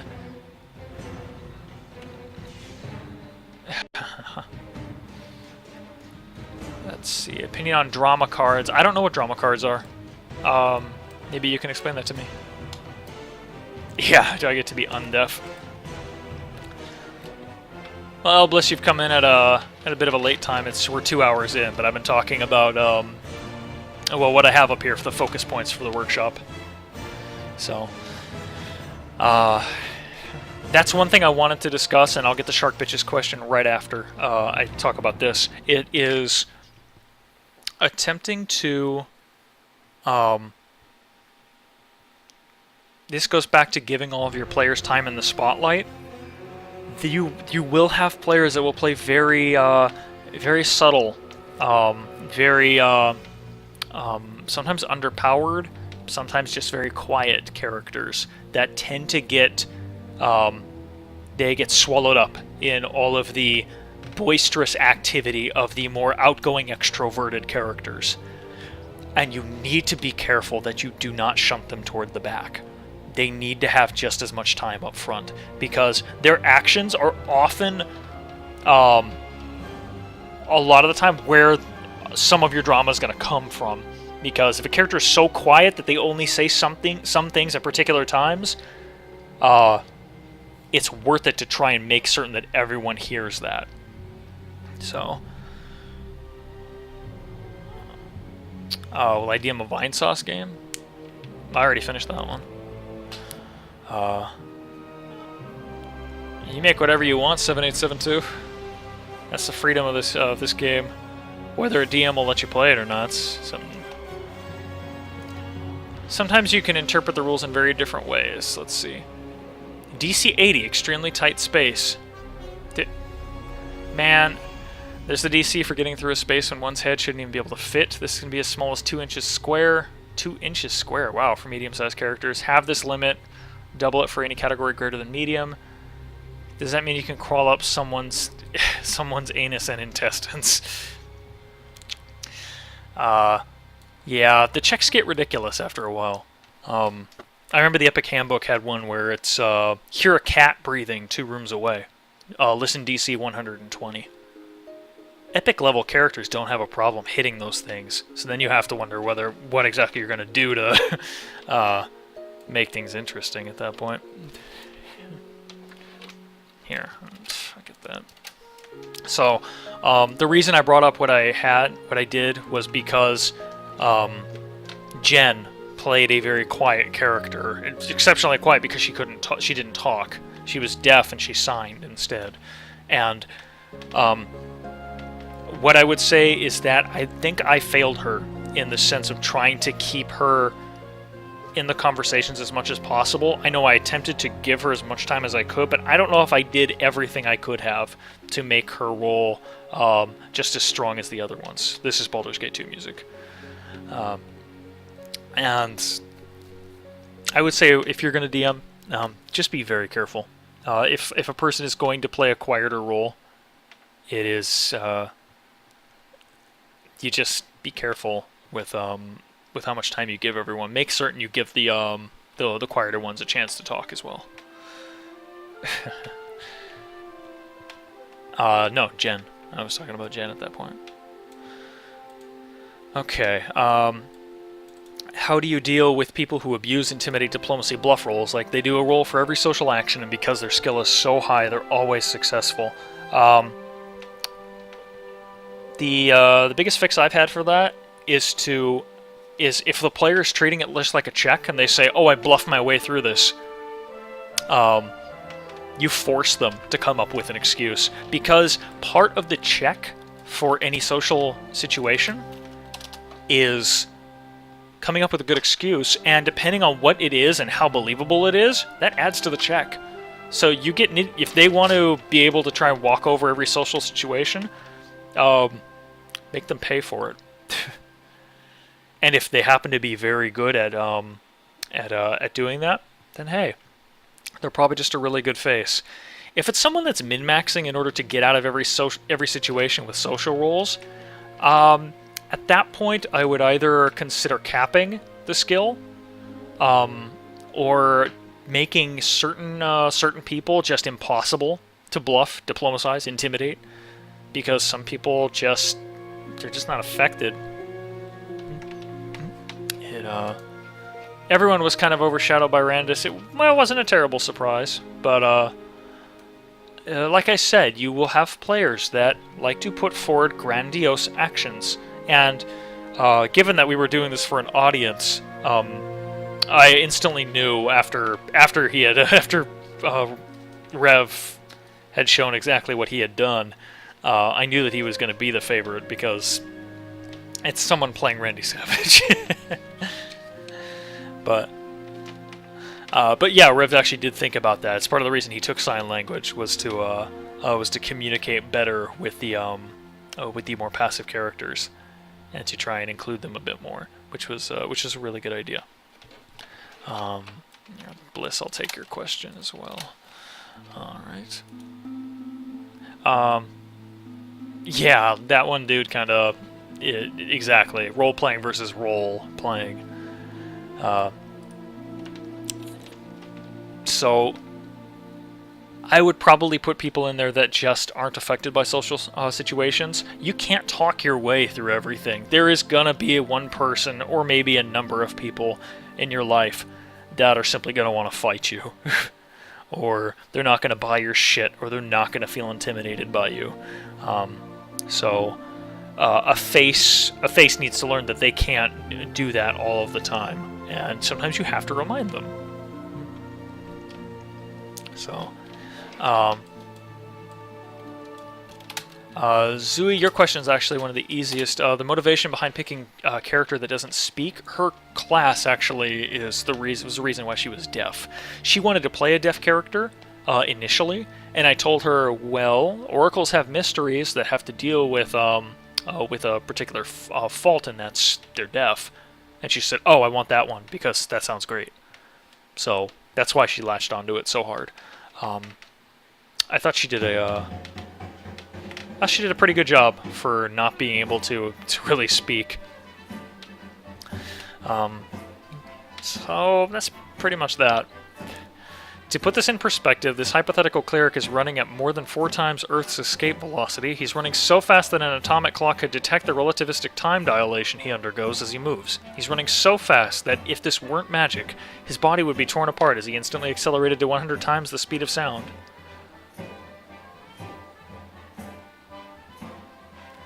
You know, I was just happy that I could cast Create Water as many times as I wanted per day, so to each their own. Oops. I think it's not scrolling.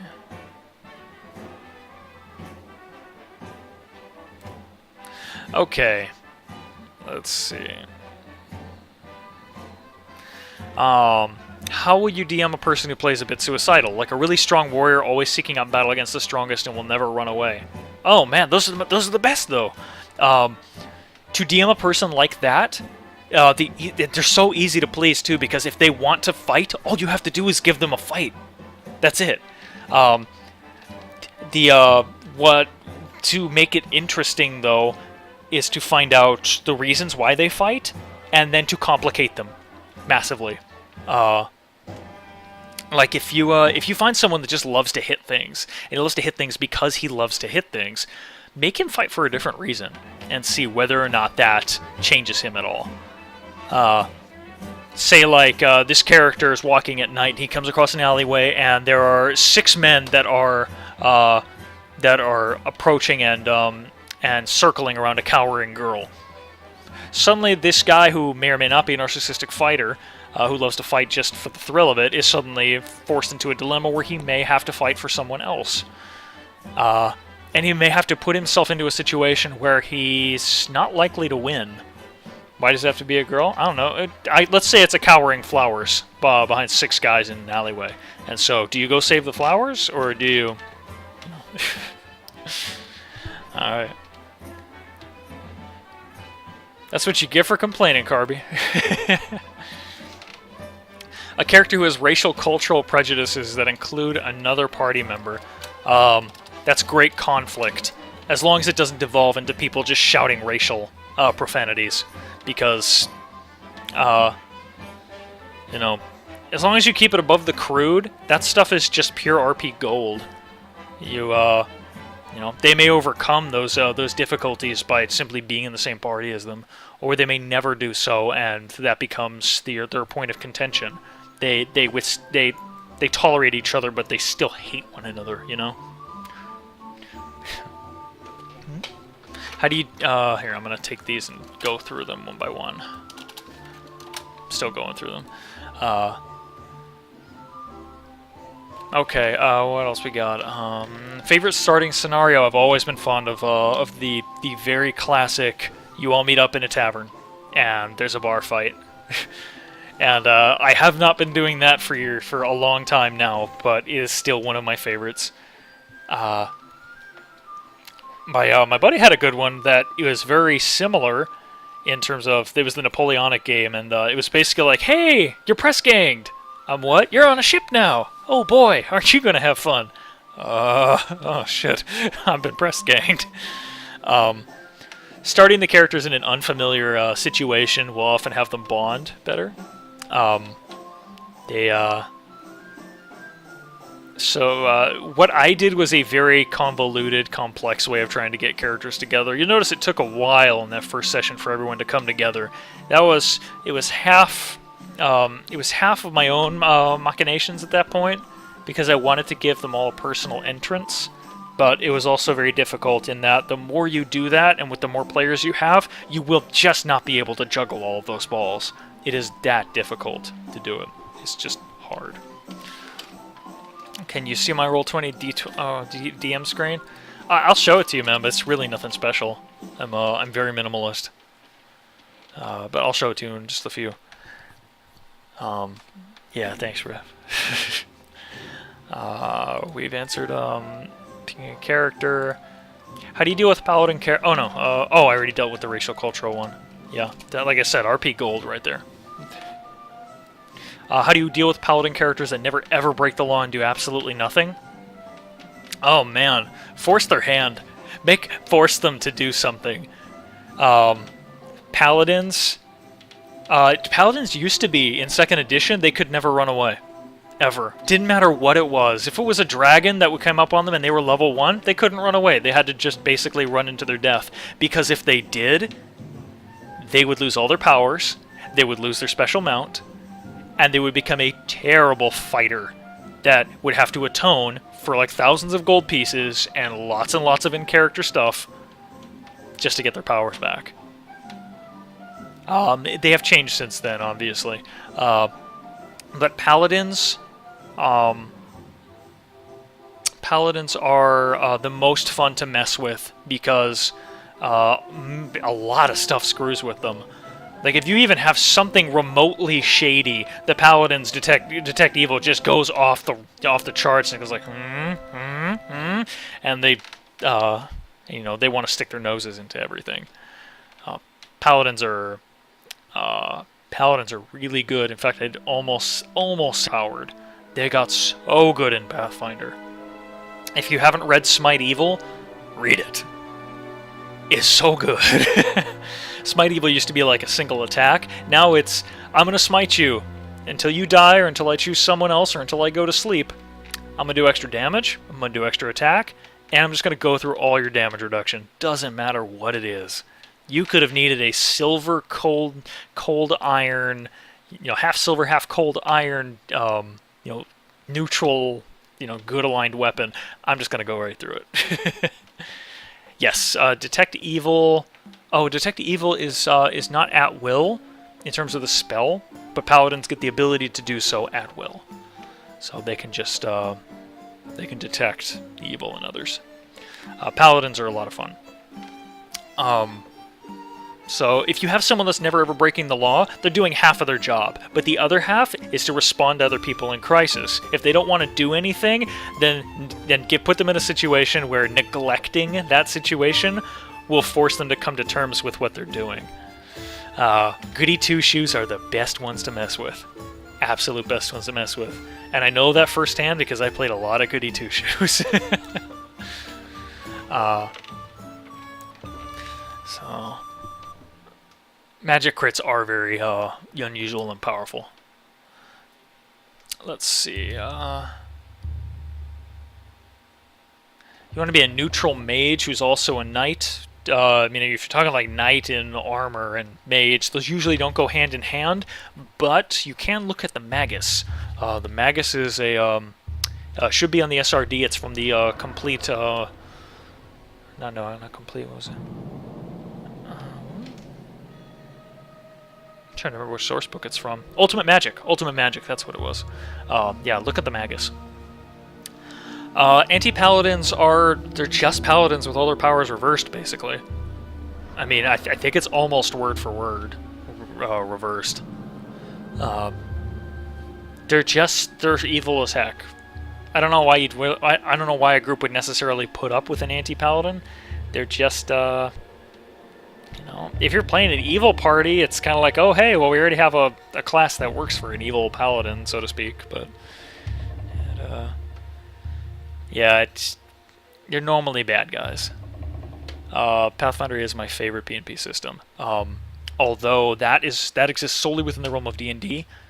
I love World of Darkness, and I also have enjoyed Traveler and Cyberpunk 2020, and I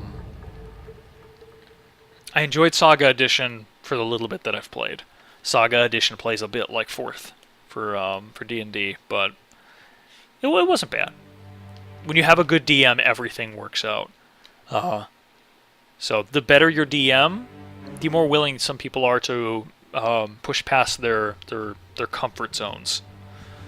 So, I mean, I did not want to play another game of Vampire. I hated Vampire after a while.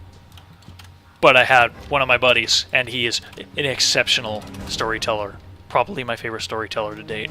And he said he wanted to run a vampire game, and I said, if it's you, then okay, I'll play. And I did, and it was fantastic. So, it just depends. I have not played Mutant Chronicles. I have heard of it, though. Yeah. How do you deal with players who want to constantly kill/attack their own party other players? That's a player issue. You have to sit down with them and talk with them about it. Because they're probably ruining other people's gaming experiences, and you have to be the one to help mediate that. It's not always easy, especially if like you're friends, but that's usually just the common I want to hit everything, or I want to be the very best like no one ever was. I'm going to take everybody else's money and their stuff, and I'll kill them in their sleep because it's funny and I like it. You got to talk to them about it. You just have to. I'm not familiar with Revolution starting scenarios. I'm sorry. If you could let me know what that is. Good luck, one dude. It's fun stuff. Sorry, I think I missed a couple questions, so I'm gonna continue to grab these.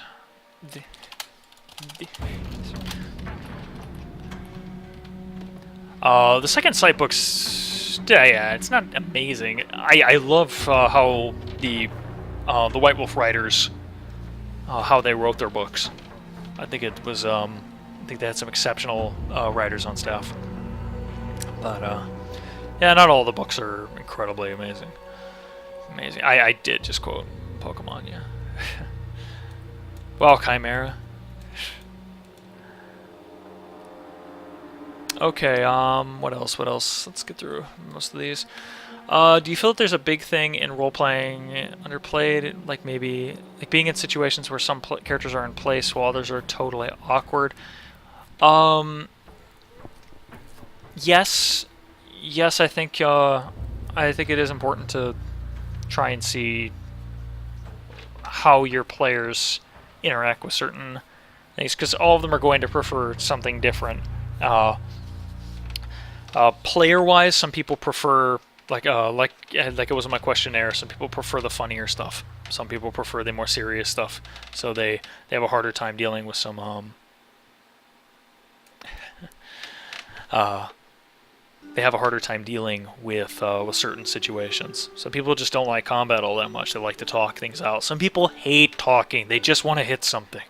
Um, so you kind of have to just balance it out, and know when know when you need to step in and change things. So a lot of players will be really are actually pretty receptive to DMs just kind of stepping in and making changes. I mean, it's nothing wrong with saying that. Be as open as you can. I mean, like I feel like you guys aren't enjoying this as much. Would it be better if if this was more action oriented or whatnot? All right. General repository of fantasy imagery that you steal from, or do you just find it when you need it? I just find it when I need it. I've had ideas that I've kicked around in my head before. I write them down, and sometimes I come back to them when I'm ready to open up another campaign. But they're just my scraps of paper or whatnot. There's nothing super special on there. There'll be things like, how about a quest where a little girl loses her voice and you have to go find her voice, or like, how about setting for a scene on a beach with a bunch of seashells that are littered all around, and when you put one of them to your ear, you hear the sounds of a battle from hundreds of years ago, stuff like that. That's the kind of stuff that I like. They're just weird ideas that I write down. How often do I mess with players' alignments? What does it take to move, let's say, a neutral cleric worshipping a neutral god to an evil alignment? The actions they're all going to be subjective. You have to just you have to define, or you have to discern how bad the action really is, and if you're nice, warn them, because if they get away from their alignment too much, yeah, they'll end up shifting. Sure and on, let me.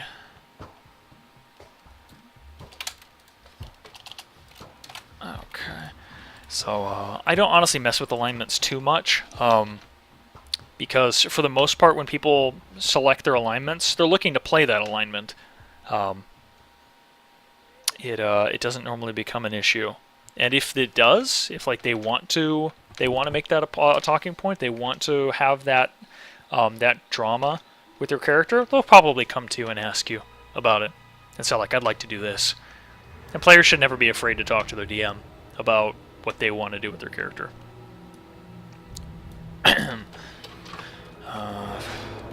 So many good questions. What classes do I wish I saw more of? I never see enough bards. I love bards. Bards are they're close to being my favorite class still. They have been for years, and I've been slowly looking at other ones, but I love it when people play bards. And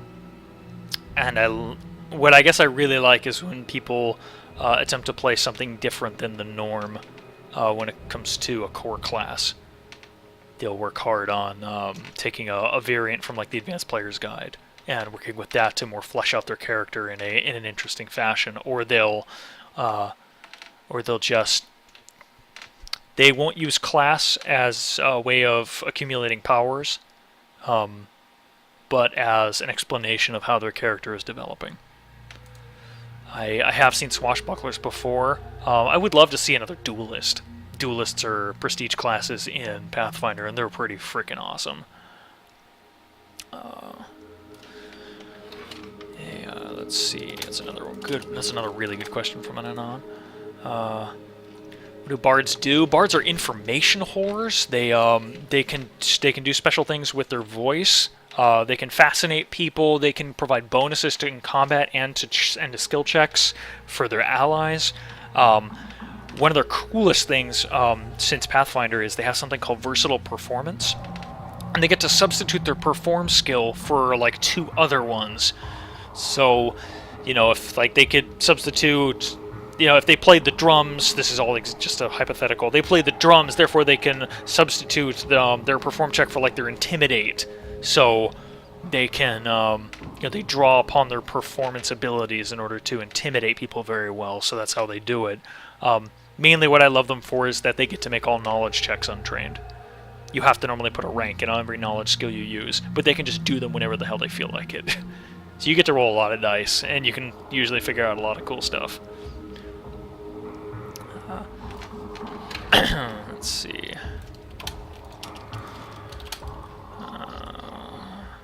Apeshit, can you explain to me what you mean by battle mages? Yeah. Too spooky.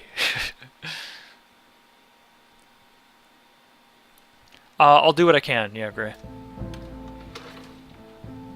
Okay, what's the next one? Would you recommend playing a character in the fashion of a lunatic? Are they fun or are they annoying for everyone?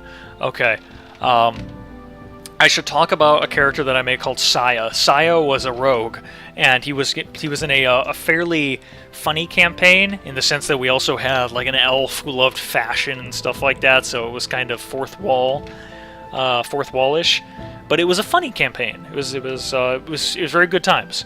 So I played a really creepy, weird guy, and I love telling this story because it was one of my favorite moments from the campaign. This is an odd dude in the fact that he literally was crazy.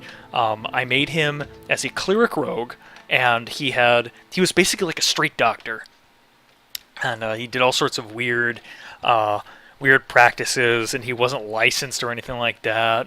And his god was actually the goddess of monsters, a chaotic evil deity, and he believed in her because he was truly insane. And I love this. This is one of my favorite scenes. So when I played Saya, you can't actually see it because you can't see my face, but I would do a lot of facial tics, and I talk really strangely. And I did that for actually a different character. It was in a Dark Heresy campaign. It was a psyker with his brain pan that had been all rattled. And I gave ear-ucking voice to him.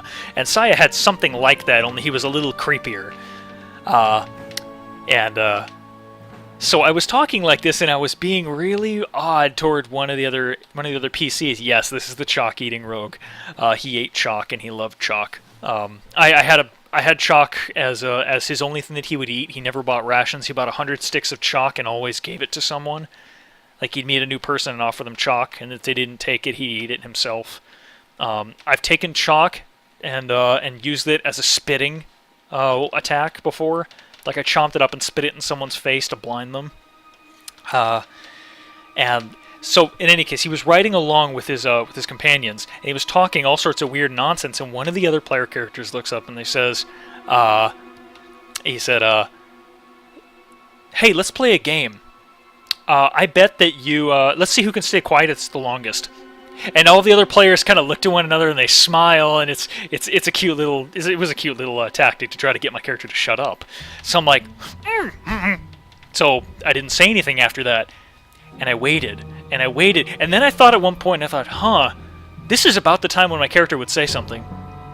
So what I had him do was, the character, he looked like he wanted to say something, so what did he do? He took a hammer that he had out of his bag, and he put his thumb against it, and he broke his own thumb with the hammer. And you heard him go, and everyone was confused as hell. They had no idea why I just broke my own thumb with my hammer, and my in-character reason was, he didn't want to talk, and the only way to keep himself from talking was to give himself some sort of pain. Was to take his mind off of it. And what happened was, we ended up going into combat, and I waited for each and every one of the players to speak. And after I did so, I just sat there and I grinned at everyone. And what is it? I won. They were so creeped out. It was amazing. Just sitting there with a broken ass thumb, and I won this. I won the silence contest, and then I ended up killing like 2 people during that combat with the hammer. So he went from a really just kind of feeling like a throwaway character to a really fun, odd personality. That's another question I want to answer. So,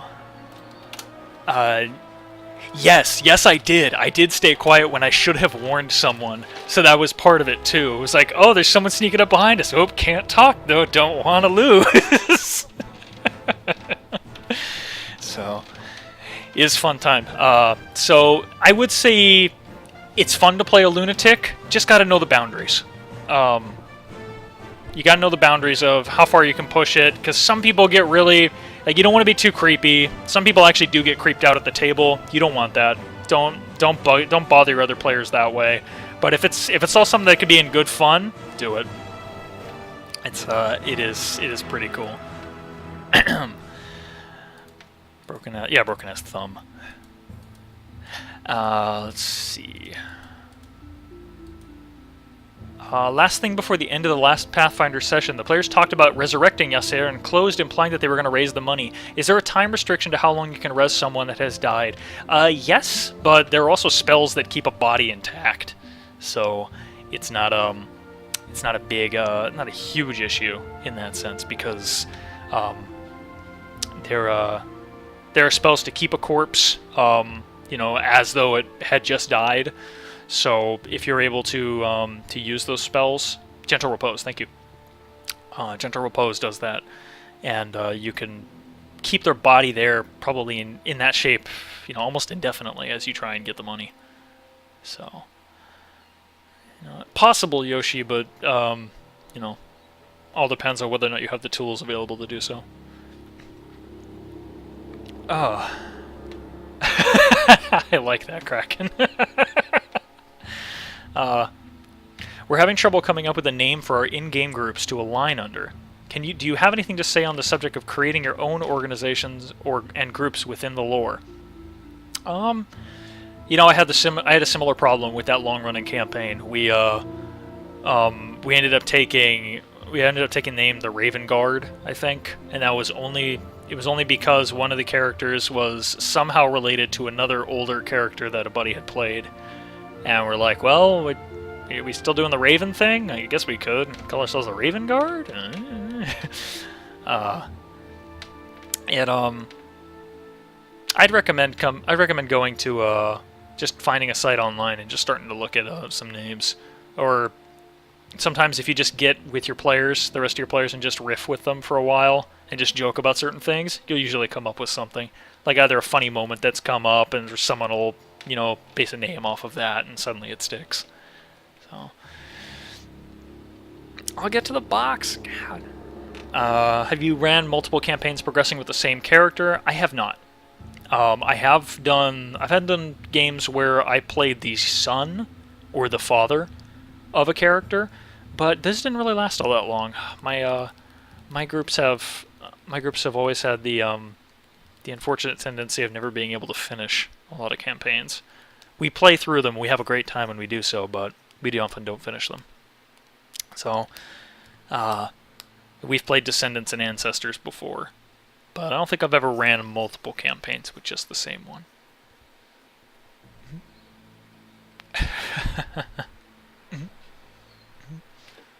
Awesome. Okay, let's see.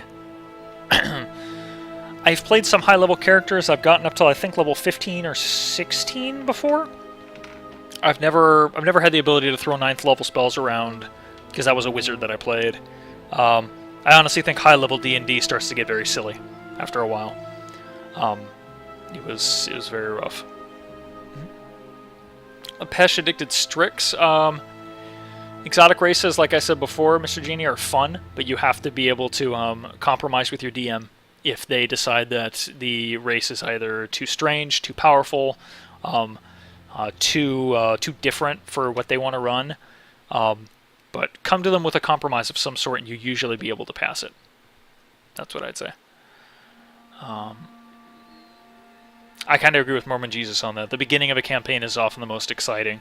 I think mid-level range is probably the best part of D&D. It's like levels 4 or 5 through 11 to 12. I didn't think that way for a while. I had a buddy who did, and I think I've come around to understanding that high-level D&D is just not. It gets very. There are a lot of things called gotcha spells that just knock a character out of combat, or they can, and they used to be everything at 3.5. In Pathfinder, they're toned down, but they're still there. Okay. How do tragic villains that characters feel sorry for tend to work out? Fantastic. If you can make a tragic villain, do it. Seriously. The more you can identify with a villain, the more people will remember it. It is my opinion that we remember a lot of the villains in older video games because they weren't just crazed assholes that ran around and you could not relate with them at all. You will remember them because you can relate with them, because you do feel a conflict, the conflict that comes with understanding what they're coming from. So, yes, I am Sir Hatter. Excuse me. Battle mages. I wasn't sure whether Apeshit had. Yeah, Kefka is a good example. Have I seen someone play a character with a split personality, and if so, how did that character play? I think I have seen at least one person play a split personality character. It's odd. You have to be a really good role player to pull it off. Because not only do your personalities have to be convincing, but also you have to be just very good at being able to shift between them. I've wanted to do something like that, like personality disorders, whatnot on a World of Darkness character, but I haven't been able to. So split personality can technically be split alignment, because if the personalities are of two different alignments or how they think, then yeah. Teddy bear? Oh, could see it. So, battle mages. I think I played a quote-unquote battle mage once. I played something called a war mage, which really wasn't anything different. I actually carried a weapon on my person, but I still mainly just threw spells. The closest thing you can get to a battle mage in like 3.5 would be something like a spell blade or whatnot. In Pathfinder, it would be like a magus. You can multi-class into like mage and fighter or whatnot, but it often doesn't mix very well. You end up becoming you end up thinning yourself out too much. Yes, the stream will be uploaded. How do you feel about silly characters like muscle wizards? They can be a lot of fun. They can be an incredible amount of fun. Just just seeing something that is so terribly different from the norm, often creates situations in and of themselves. So, just be certain not to do it in a campaign that's really, really serious. Like, yeah, ask your DM beforehand. If they want to run something very serious, they'll tell you, and they'll be like, I don't think your muscle wizard is going to do very well here. So, hi, Burrito. Thank you for making an account.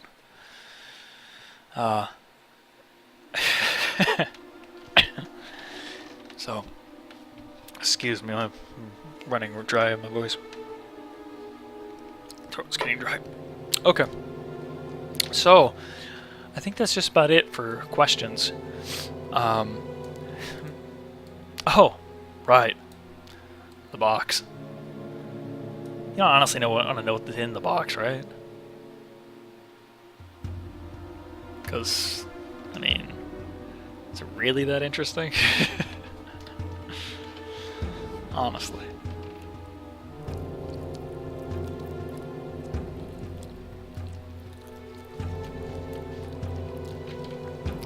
Because I could be a dick and just say there's another box in there.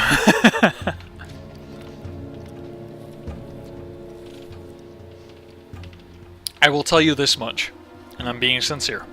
I will tell you this much. The box was a hook. Yes. The box, obviously, I wrote that right into KY's hook into Karapesh. That was what he wanted to do. He had his past had some dark dealings with some very odd characters, and that was one of his things he needed to do for them.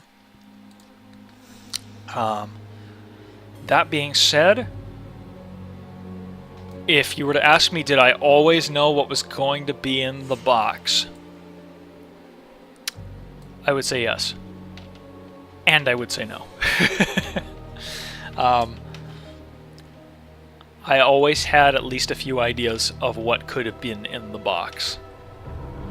And I always had the idea as to whether or not I wanted to use it as just a hook or if it was something more. And I will say that it was possibly something more. But that's all I'll really say about it, because like I said at the end of the last session, you don't really need to know what it is. Like, I think you like it better not knowing what it is. But what I like the most is that so many people care about what's in that damn box. Yeah. As in the fish. If I were really clever, I would have thought of that. If someone tried to unlock the box and got a natural 20 on the check, man, that would have been interesting. So, I think that's pretty much it for questions. I've already ran about 2.5 hours. I'll just tell a couple of quick stories and then I'll be done for now. War stories, quotes, anything else that you pull from a D&D campaign, even just your old character sheets. Those things are like treasures to me. And war stories are probably my favorite things to sling at times. So, I need to figure out if I got that. Let's see.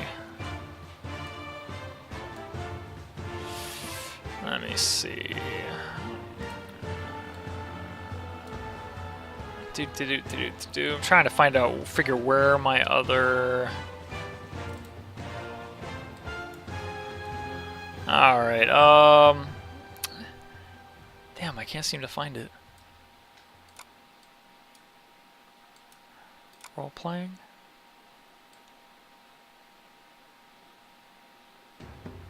I used to have a picture of it, but in any case, yes, flowers, they did. Yeah. You were saved. It was about a bear. We called it the Mother Bear Incident, and it was the first online campaign that I really tried, and this was some other friends that had played with me when I was trying out other clients. There's a client out there called Map Tool, which is part of a set of what are called RP tools, and some of them are really cool. Map Tool is a neat program that I've used to make maps before, but it's also a client that you can use to connect to one another. It's although very buggy and probably not the best client to use.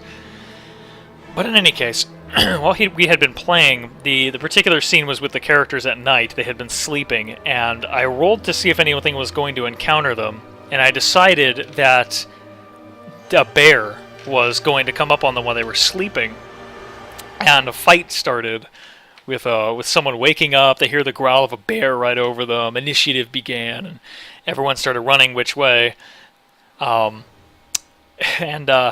The scene basically culminated with one person saying they wanted to jump onto the back of the bear, and they did so, and they jumped onto the back, and then they also set the damn bear on fire. And they were then for whatever reason we started talking about the mother bear, and he was riding the mother bear around while on fire, and screaming about it, and that's. While the other characters are trying to wake up, like the fighter's trying to put his armor on, the summoner is just sitting there watching these two go up in flames, and This is the Wind Spear Cave. It's from Baldur's Gate 2. And we're just chanting about the mother bear, and I'm pretty sure they didn't actually use a fire spell. I think they literally rode the bear into their campfire. And it just went up. So the bear was pretty much ashes by the time it had finished. But the mother bear was a fun encounter. I laughed the whole way through it because it was just some random bear that became something very memorable. Finally, I like to tell this one. It's a long one, but I'll tell it, and I'll try and skim over the details that you don't need to know. But so I played in a campaign once, and I played a Mystic Thurge. Probably only a few of you know what that is. A Mystic Thurge is basically the very best of both worlds when it comes to spellcasting.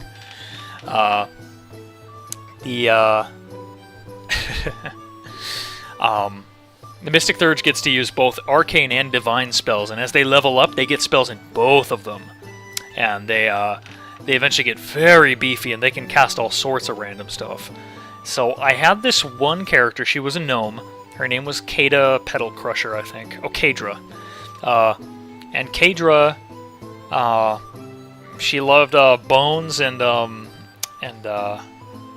do you call it? Scrimshaw. So she would put all these fucking bones in her hair. She had a blow dart gun that she'd use. But we got into a situation, and this also is a recommendation not to do this.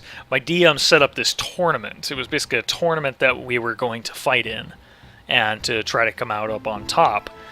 And he spent, oh my lord, he must have spent weeks creating this thing. He made a big table for it. He made characters that were off the wall in terms of how descriptive they were for this tournament. And the problem was that I think he did so much work into it that there was no plot as well. The plot just kind of disintegrated and it became just like, do I advance in the tournament?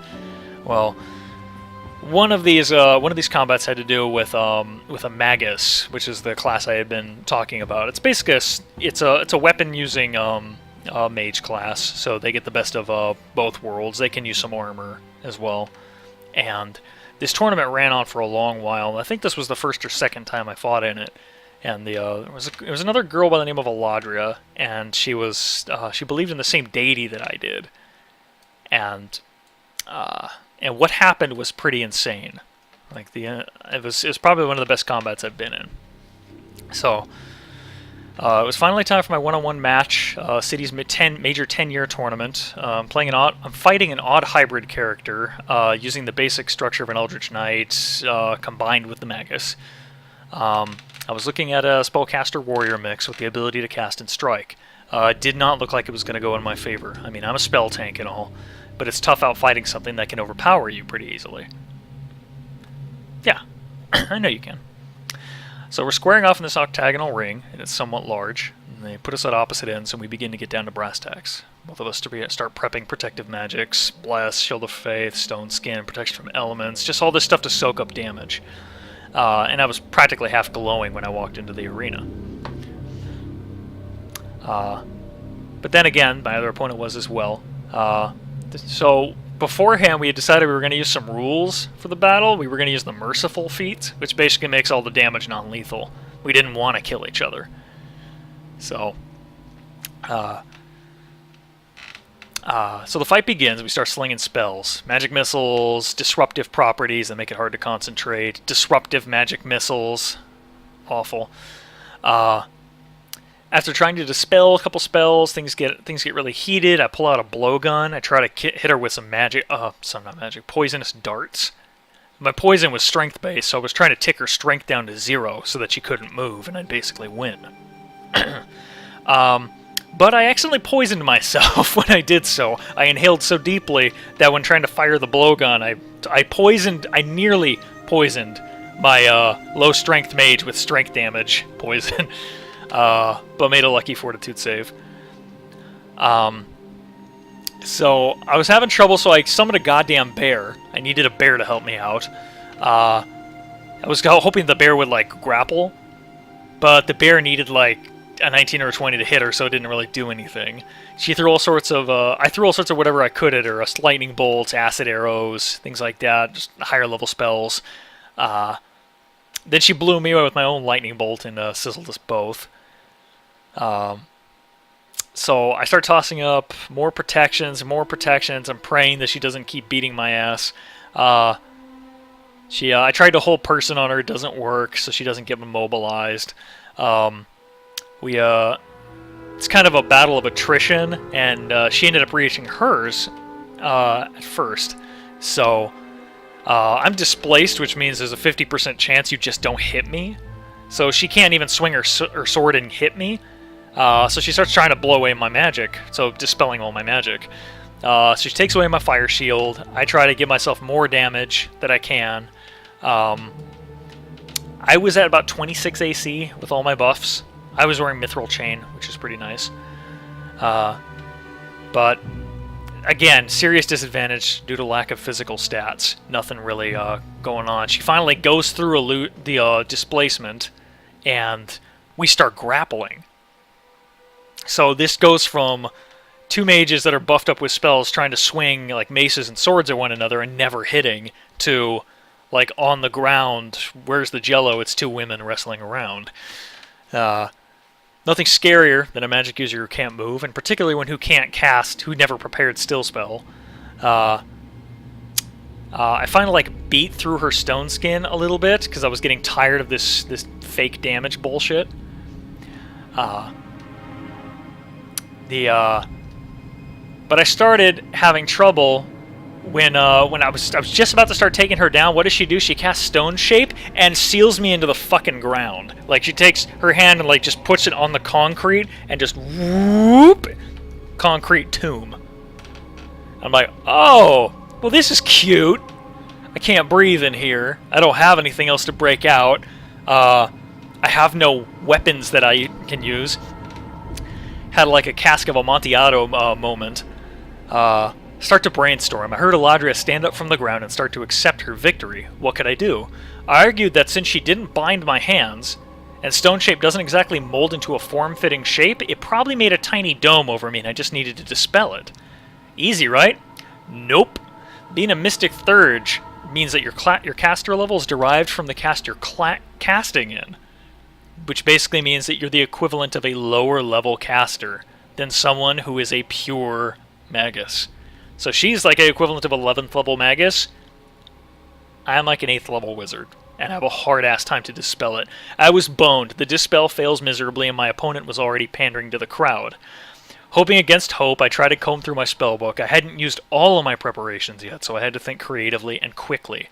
I could use a once-a-day wizard power and try and recast Dispel Magic, but I knew I wouldn't be able to beat the check. And that's when it dawned on me.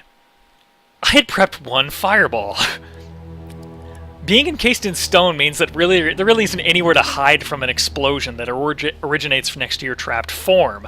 But my protections were still active, and I had less than 2 rounds to make it known that I wasn't giving up the fight. Given that the fireball was still merciful, but technically still an explosion, I need to do twice the amount of damage to bust the stone coffin open.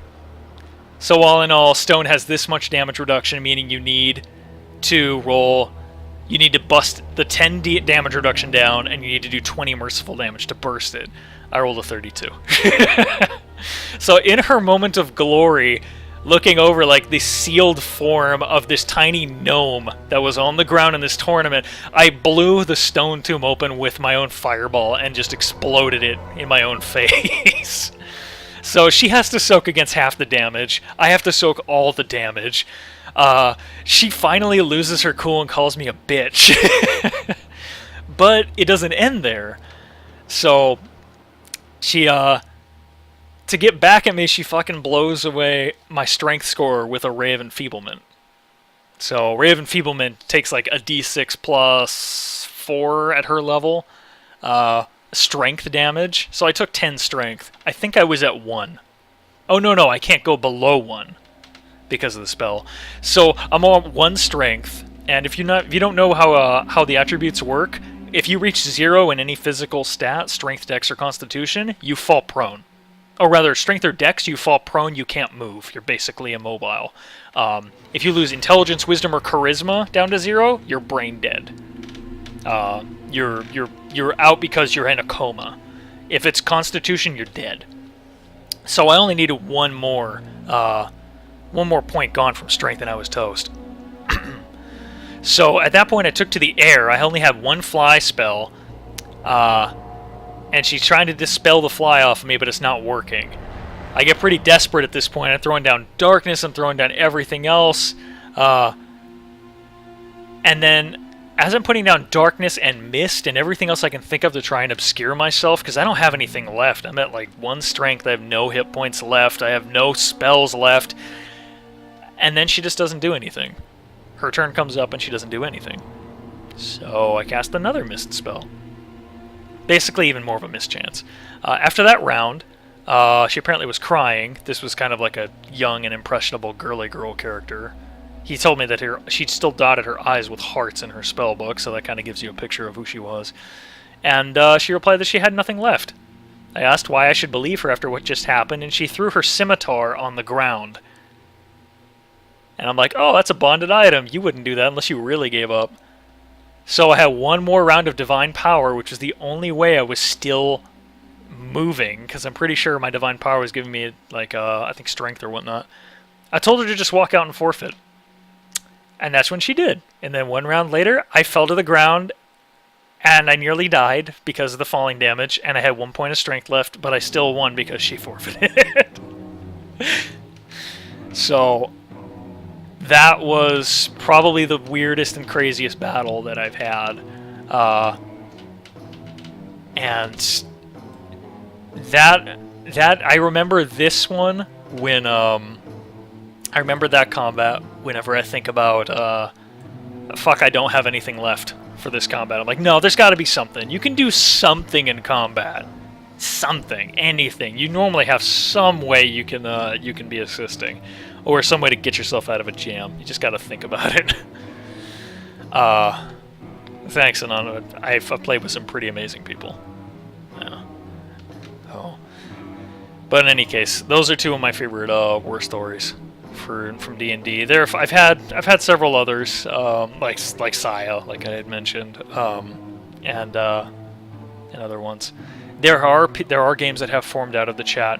Look on the forums. I'm sure someone still has the link to the thread for the Pathfinder groups.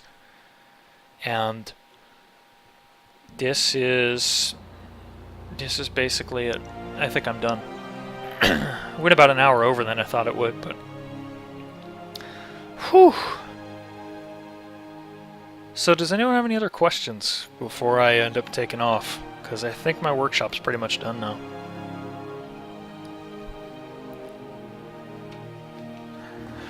Yeah, lots of beginners. This song is the Temple of Helm. Again, Baldur's Gate 2 original soundtrack. Rev, I already answered that question. Clown mage? I've never heard of it. I guess you could be a clown while being a mage. Sure, why not? How do you deal with your group? They're sociopathic. In what way exactly? I don't have the time to get into another online campaign right now, Volley, so I can't accept any invites. I can't, and while I would love to do another streamer's game, I just don't have the time. Maybe once things calm down for me, I'll take another look. So,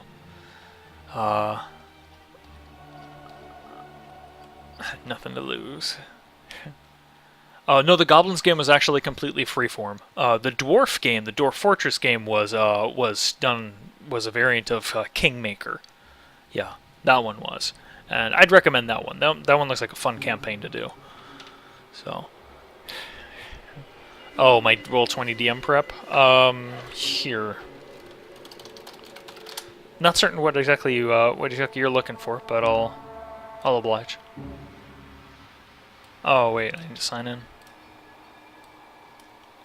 Signing in.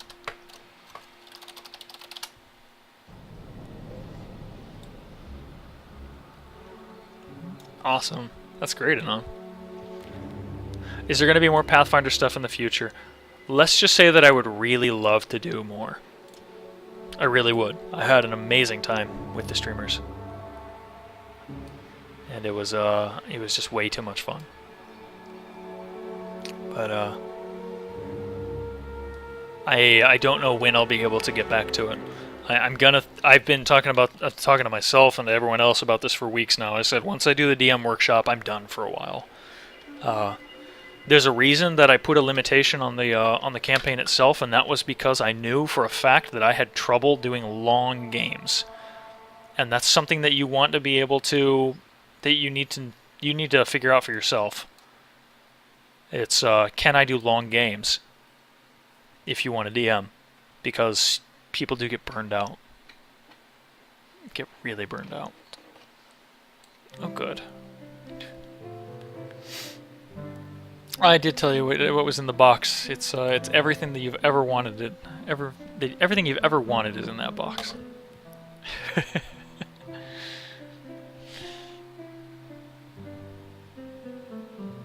Oh, my handouts and notes? Oh, jeez. I'm so sorry. I don't want to disappoint you, but I don't even have them. Like, my stuff is so bare bones because a lot of it was on the fly. I never actually went back and went crazy on any of it. I mean, my art library was filled with other things that I had taken, but I honestly don't have much else. I would highly recommend Token Tool, which was from that RP Tools set. Token Tool is how I made a lot of these particular tokens. And it's super simple, easy to use, and it's wonderful. Super highly recommended. Look at those sassy characters. Photoshop? Oh, that's good. Yeah, if you know how to do stuff in Photoshop, then you're already head and shoulders above me. So, yeah. Like, the most I did on my thing was to make a murder players button. I sure do like that button. So, yeah, inside the box is a DM who might just reveal what's inside of the box, if you tell him what's inside the box.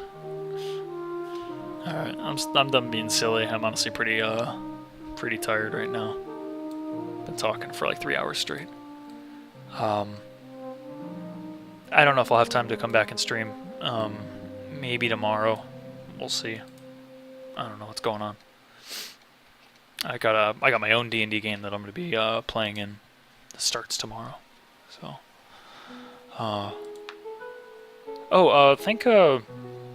Thank Limes actually. Limes suggested that I use the Baldur's Gate 2 soundtrack, so it's all her. The other two bars in Roll20. Oh, the other two bars, like the heart. Oh, no, not the heart, but what looks to be like the heart raid and the lightning bolt. I think it's whatever you want it to be. I mainly just used it for HP, and then for like Sharif and Yasser, I put their ACs or what they were at on there so that I could easily tell. Sorry, Yasser, but you can make it whatever you like. So. Yeah, that's a very good question, Raptor. I don't know. If some of the other streamers were willing to do that, oh, that'd be really cool to see. But, and I wish I'd be able to join. But for right now, no. And summer, yeah, summer can run hectic on a lot of people's schedules. But yeah, I think I'm done, guys. So, if you have any other questions, please, Chatango, Steam, Skype, anything, just send them to me. Normally when I have time, I love to answer questions like that. So, just send it to me, and I hope you guys enjoyed this, and that you learned some stuff if you are looking to DM. Or if you'll just learn some stuff about what DMs do. So, I hope you guys have a great day, and I will see you all later. Thank you for all the wonderful times with the Pathfinder game here on Vinesauce. It's been amazing. Alrighty, take care.